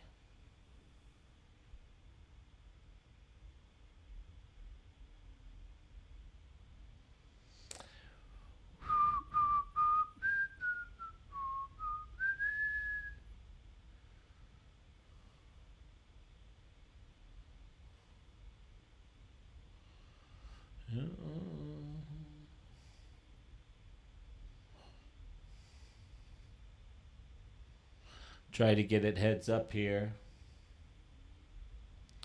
But Luck Duck was not going anywhere.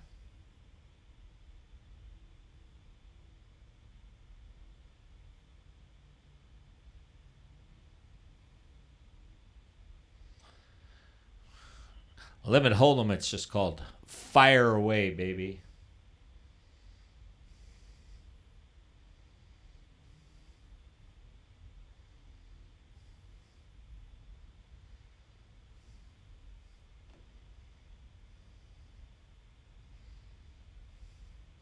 Whee! And that's how you do it. It's okay with me.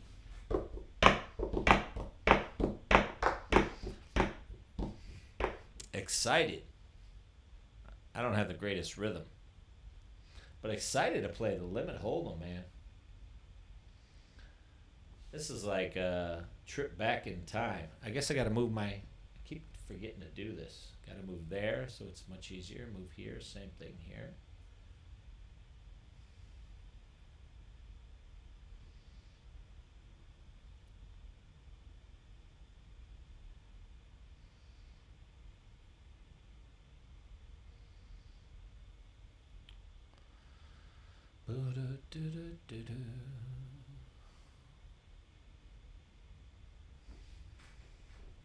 And we'll toggle back and forth between these two games. I'm going to leave it on. This is event number 3 in the 50th anniversary series on WSOP.com. I sound like a radio announcer. Raise it up, baby.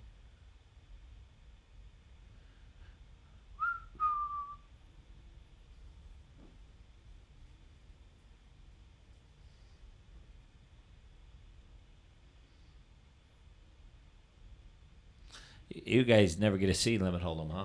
So there you go. This is Limit Hold'em. Also playing. Those I just see a couple new players, viewers coming on to the View Finder. Let's see if we're still going on. Are we still going? Yeah, we are still going. I think.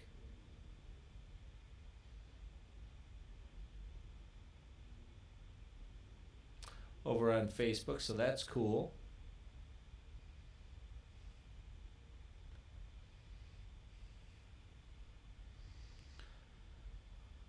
So let me show you what's going on here. So here we have the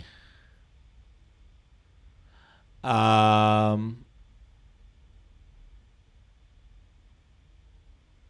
Hold'em event, and then here we have the 215 no limit.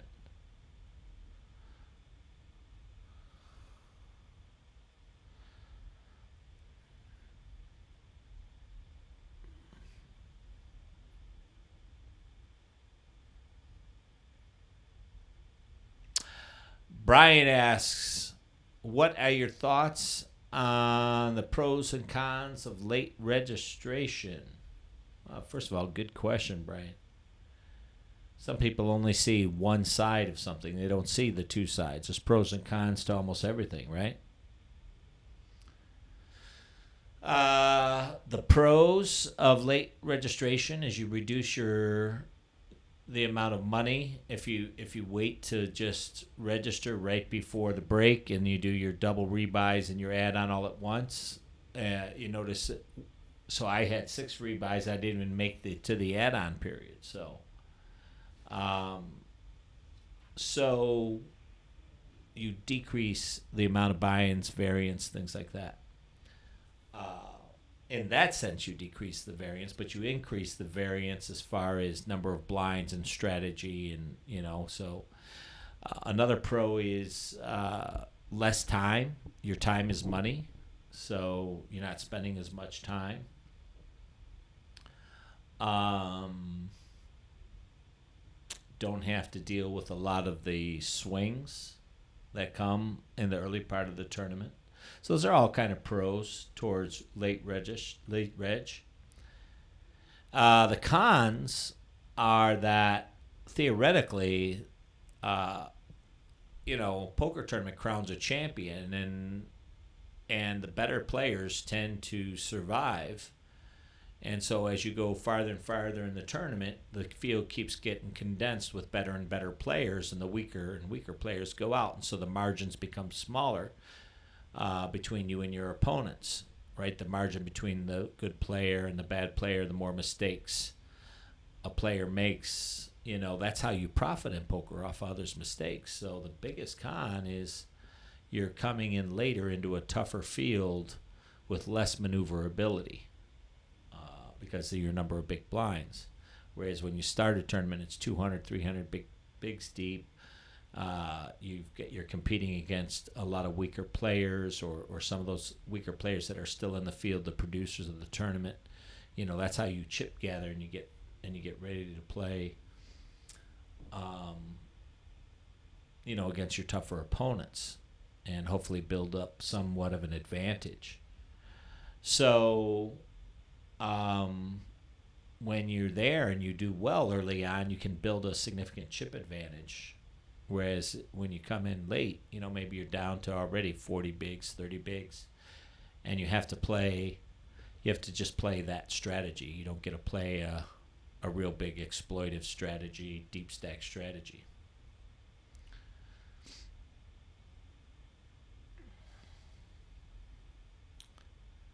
Good question, Brian. Those are my thoughts on it. I don't like to late reg for the most part. I like to get in there early, build a chip stack. Didn't happen today, but that's what I look to do. And then leverage those chips later on. Doesn't always work out that way. In the limit hold'em, we've got 2 kings, which is cool. Let's see if we can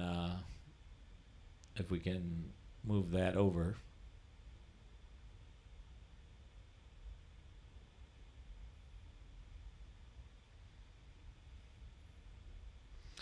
We 3-bet pre, and we're going to play it just like we did that other hand, just kind of try and power through here. Try and get paid off by a 9. Like ace-9 probably, 2-8, something like that. Off to a good start in the limit hold'em.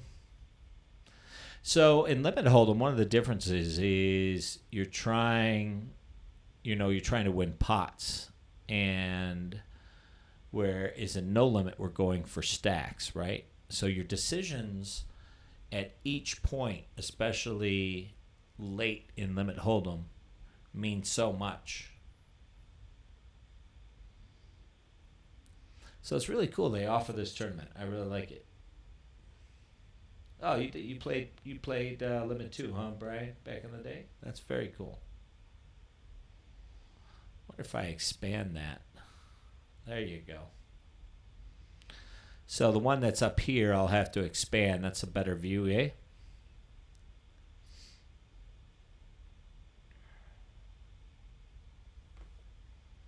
This is Spain by the band 1-2-10.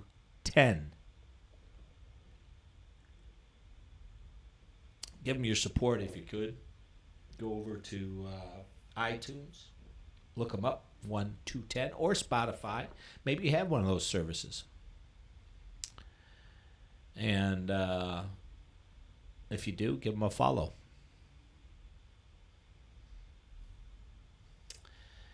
In the no limit, we have the old Ace King of Hearts, EP1. Make it 2.5.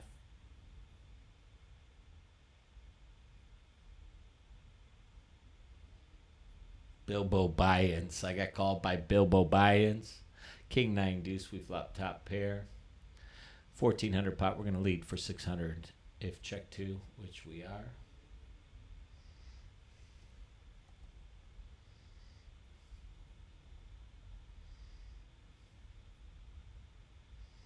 Bilbo buy-ins. What a great name, man.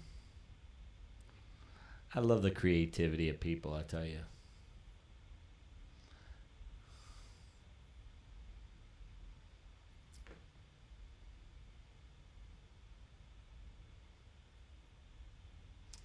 Maybe a little overly aggressive there with the King 4 of Hearts. We got our hands slapped too often in the cookie jar, as well we should have.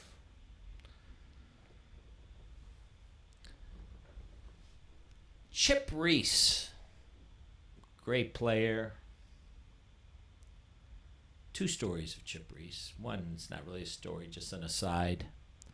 First time I played with Chip Reese was the very first ever WPT tournament. Where was that held, by the way? Free 1% to someone who hasn't gotten a 1% yet. Just till everybody gets one, then you can double up. So Mark and Sebesta and Christina, you can't answer this one. Brian, you can't answer this one. You guys both already got 1%. But you'll be able to add more to that total later. Till everybody, only got a few people on here. So where was the first WPT event held? That's where I first played with Chip Reese. Maybe I met him before that. I don't think so. But I remember playing with him and on his table in that event. Where was it held for free 1% of my tournament cashes today? Assuming there's going to be a few. Type in your answer, first one that I see. Let me go over to, it's going to get that 1%, and then I'll tell you the Chip Reese story. All right, nothing over on YouTube. Oh, maybe this is a 5-minute delay, so I forgot about that.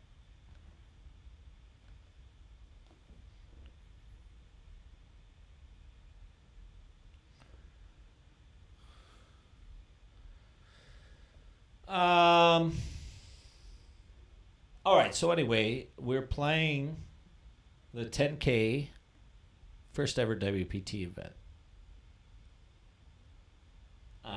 Solid, straightforward player. And I guess maybe I made a little bit of an impression because he came back in later on, years later, and Chip Reese in this thing they had, which is called the Professional Poker League, Players League, the PPL, Professional Poker Players League, the PPPL or the PPL.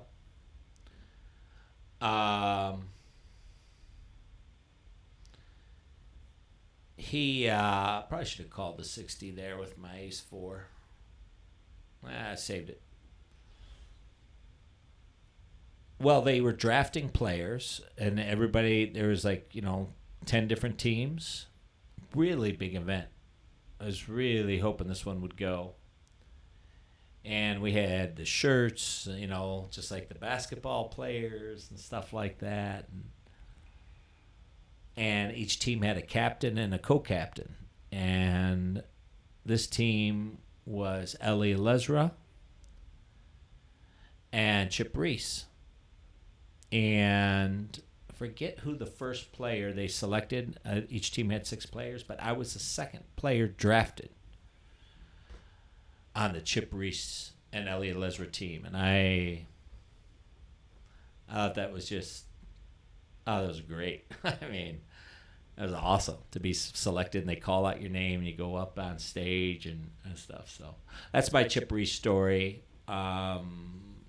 Didn't get to play a lot, and that league never went. So that was really unfortunate. We had the draft and everything, but never really got off the ground. But a great honor. I guess the moral of the story is a great honor to be selected by Chip Reese to be part of his team, especially as player number 2.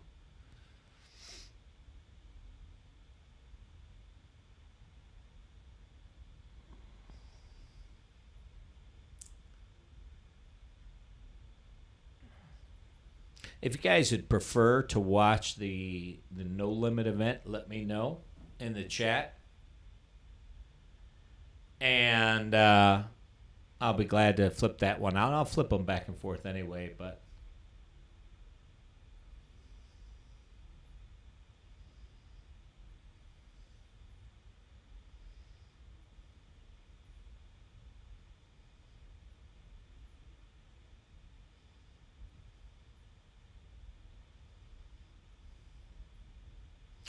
So looking over here, we're ahead of 9-10, Queen Jack. Not many hands, but I think we have enough to peel.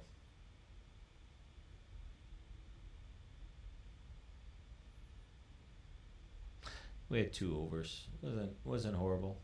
Nicely played by the pocket nines. Very nicely played. That to me right there.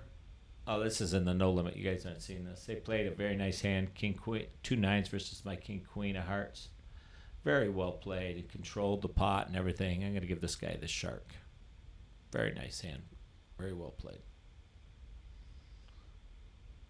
All right, we'll play this one in the limit hold'em, and then we'll move back to the no limit.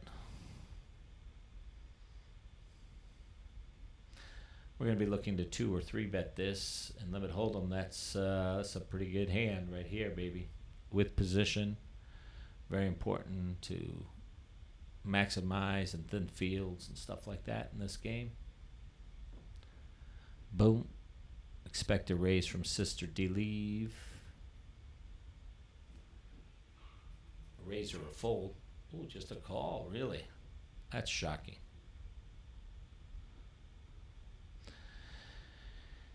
And we might as well bet it and give up if we get called rather than check and just let somebody else steal it. And we're done with the hand. Take it. Yeah, take it.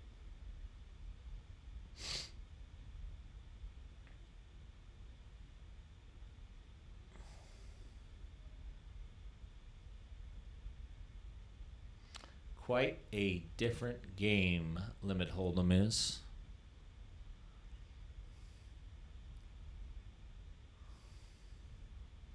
$33 players in this field. We're in 7th position. How about that? Yeah, even after that pot.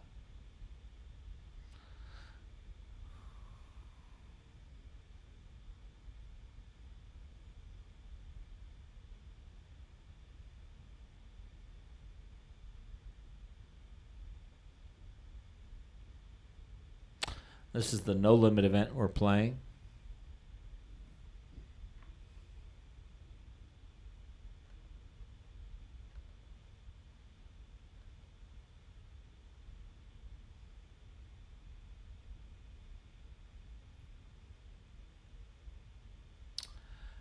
Brian asks, would you not late reg if the tourney had no add-ons? Yes, very less likely to.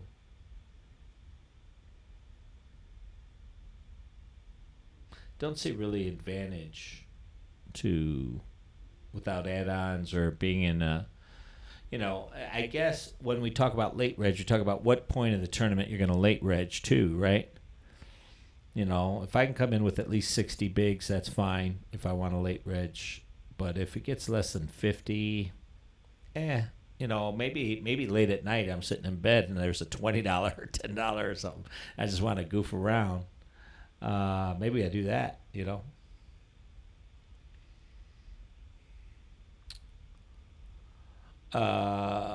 J-Set, Las Vegas, yes, for me. If that's a question to me, I think you know that already, though, so that must not be to me. What would J-Set do here? Megan, you're from Melbourne. Oh, wow. That's awesome, man. I think that is awesome. All right. What would... Well, I know J-Set would just call this. And I guess we'll just call too. Can't be wrong if you're doing what J-Set does. J.G. Wentworth, you've seen the commercials. Now you see him live here. That's going to be horrible if we get check raised out of this pot.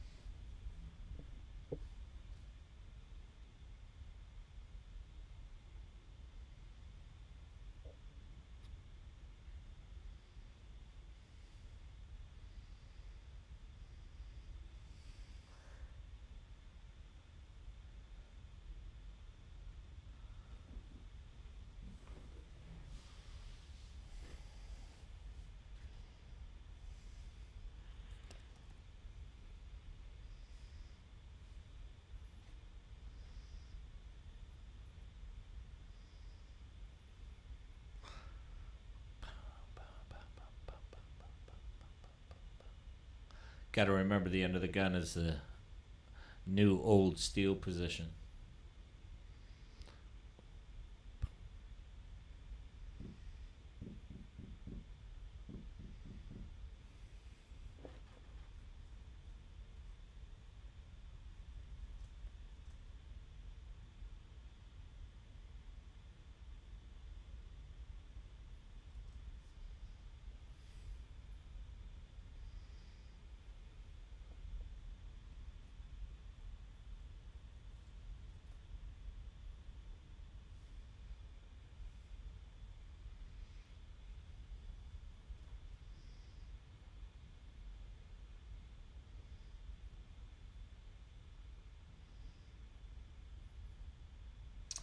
What was that last quiz question I did ask? I forgot about that. Oh yeah.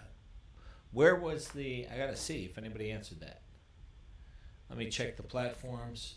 The question was, where was the first WPT poker tournament held?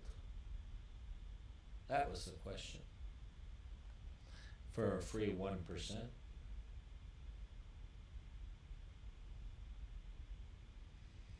All right. Nothing over on Facebook. And over here, let's see.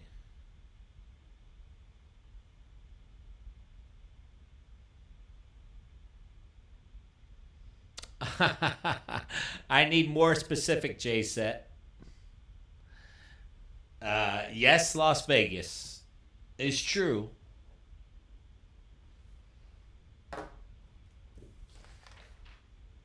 But I may give it to you anyway.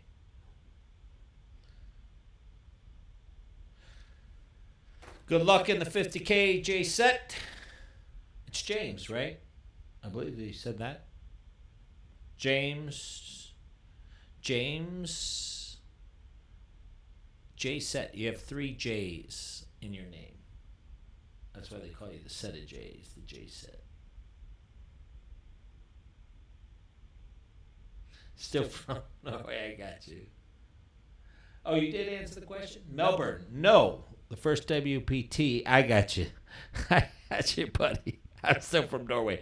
No, that was the answer. Yeah. No, LA is not correct. Melbourne is correct. Vegas is correct. Jay said you're going to get it, but you got to give me you're the first. So you got now you have to give me a little bit more detail. Where in Vegas was the first WPT held?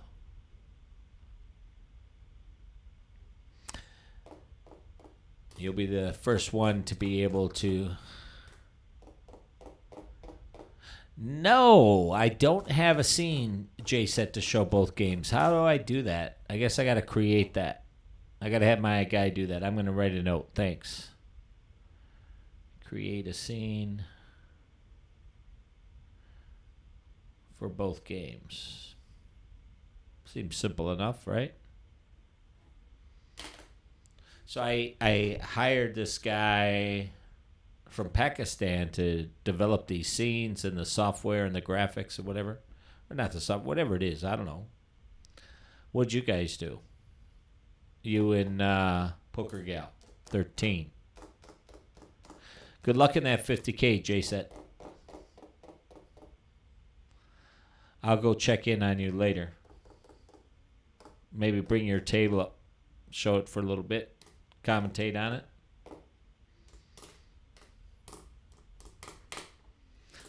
If you're just joining me, thank you for coming into the stream. My name's Kenna James, professional poker player and coach.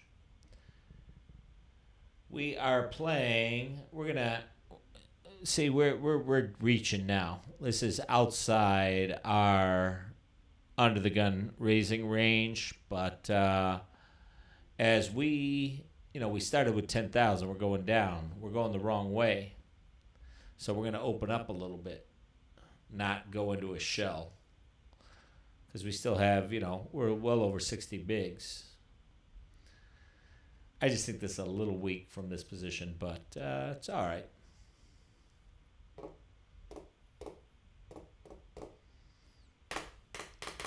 4632647.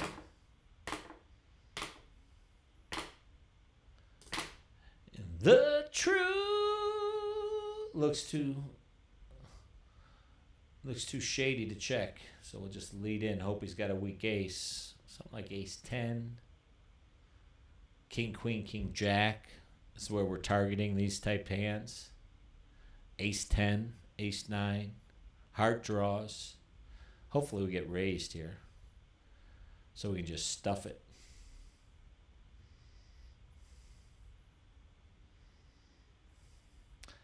What kind of value should we go? A little bit heavier? A little heavier.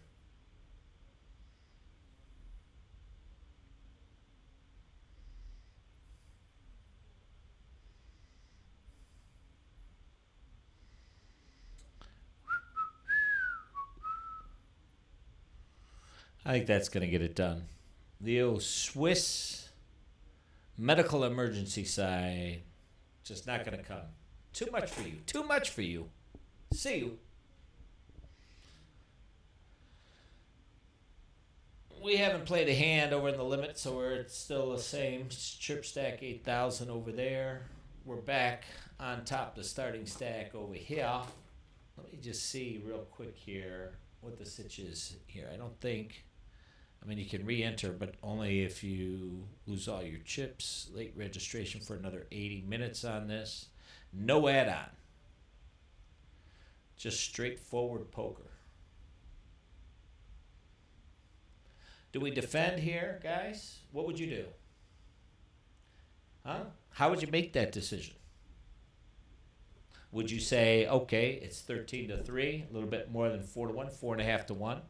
I need to win 1 and 5.5, right? 1 and 5 is 20. 1 and 6, about 17. So it's going to have to be about, obviously now it's not a decision, but.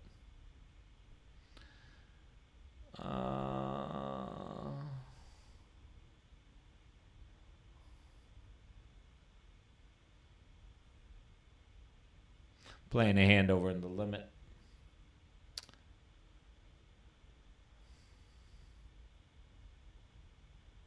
We have the same hand.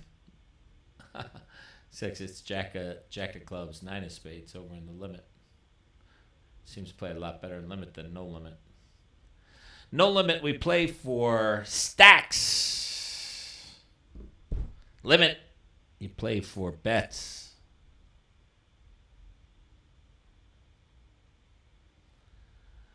J set, not correct. Not correct. It was not Caesar's Palace for the WPT.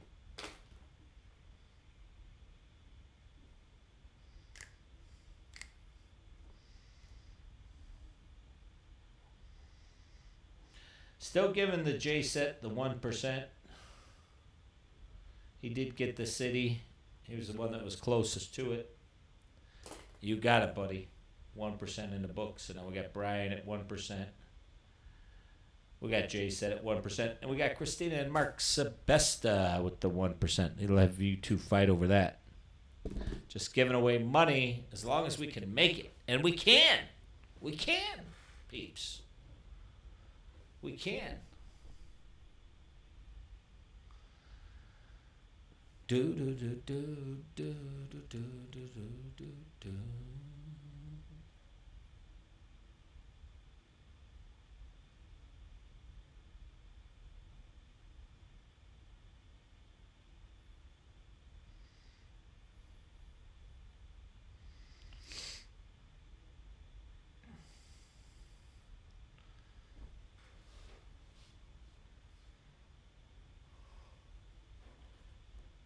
Playing 100, 200 now in the limit. It's going to start getting interesting over there. We'll let's take a look, shall we? Going to start getting interesting. As the levels go up, very interesting.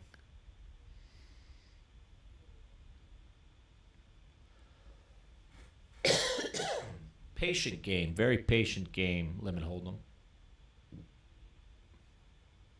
Actually, I'm not going to bring that table up. I'm going to wait till I get over 10,000 and then I'll bring that. 50th anniversary WSOP series. This is event number 3. The limit hold'em, 215 buy-in, 15K guarantee. Even though it's a 215 buy-in because there's just so many fewer players.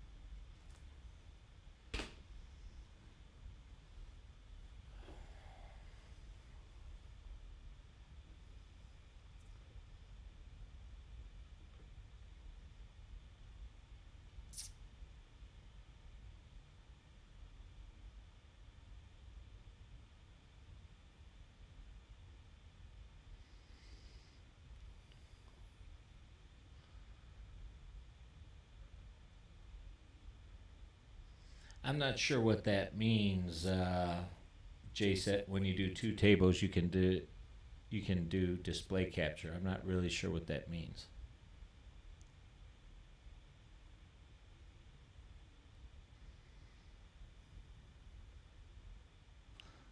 Bum, bum, bum.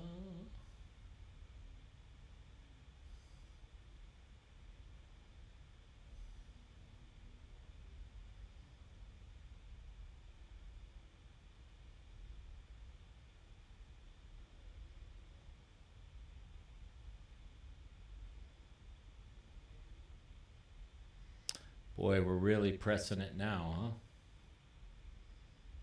Wow. Well, we've come this far. Let's do it. We'll re-enter if we have to. Ooh. Oh, I was hoping we could catch a break there. Gambled a little bit too much there.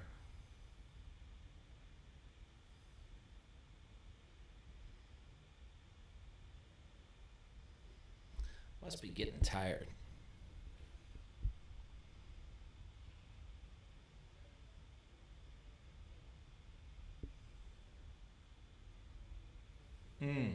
Thank you. Must defend all suited cards from opening from the button, says Megan. Did I throw one away or something? Oh, man. We'll rebuy one time and let's rack it up as well, which is why we gambled up there a little bit.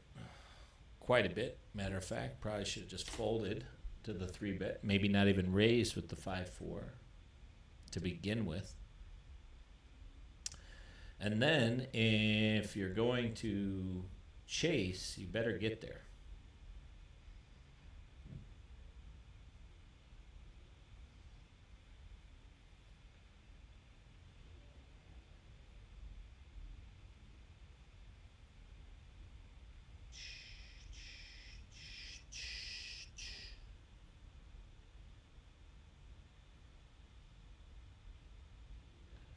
Thank you, buddy. Great to see you again. Thanks for the picture. Stay well down under, huh? Thanks for jumping on tonight. We really, really appreciate it. Let's see. Let's see, minus 5 hours. It's got to be 12 minus 5 hours at a day. So 12:44 p.m. in the afternoon down in Australia, if I believe that's correct.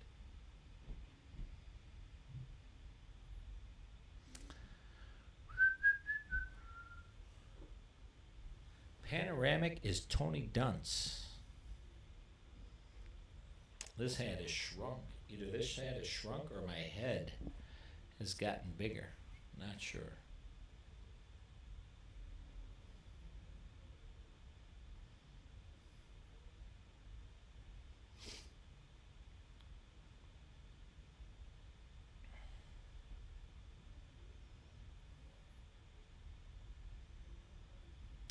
So we have 10 bigs, not even 10. We have 5 bigs. Gabble it up.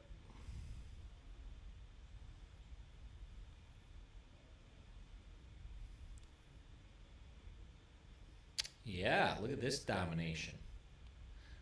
We still can't do it, huh? Wow. All right, this will be my last buy-in for this one.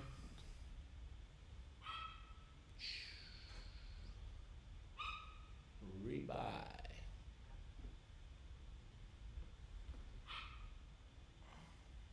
Gonna make them wait. Punish them. 4, 3, 2.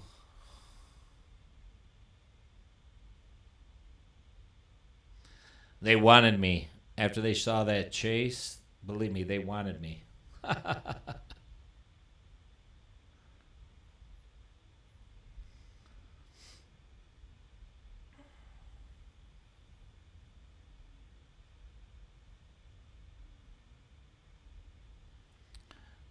Note here.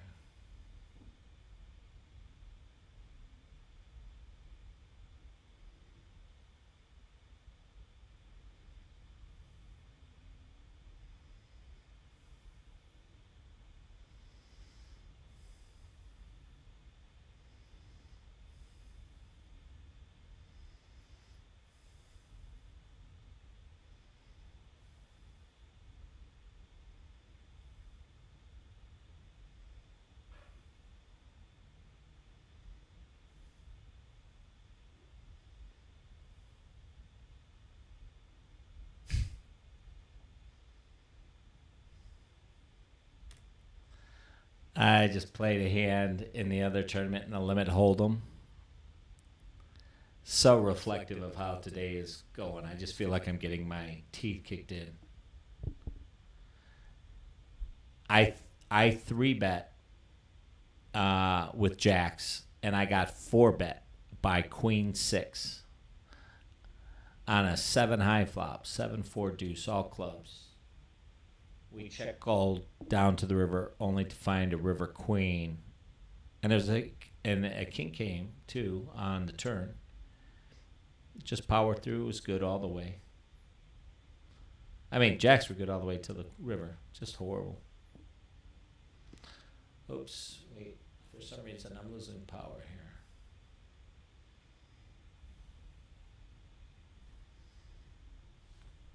Let me see what's going on.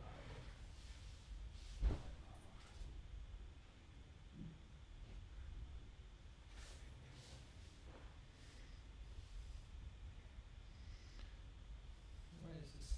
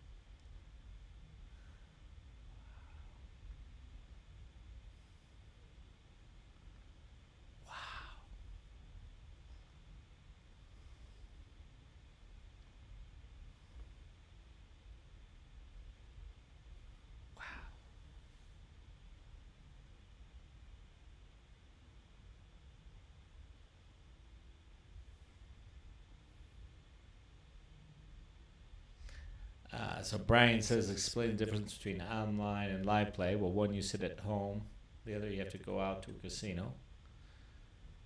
One you sit in your underwear, two you have to get dressed.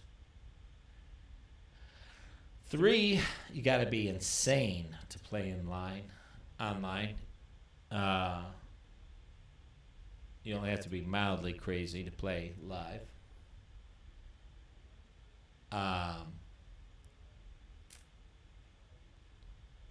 You get twice as many hands online than you do live.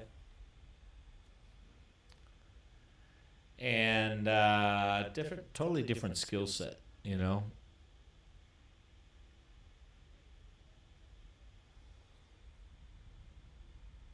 Totally different skill set.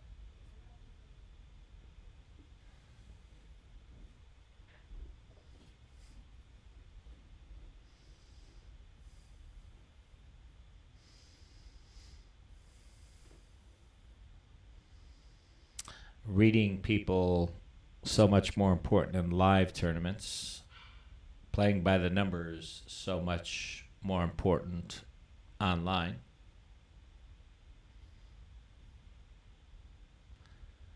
We're going to go on a break here in 4 minutes, which is good because I don't know why my power is not working here.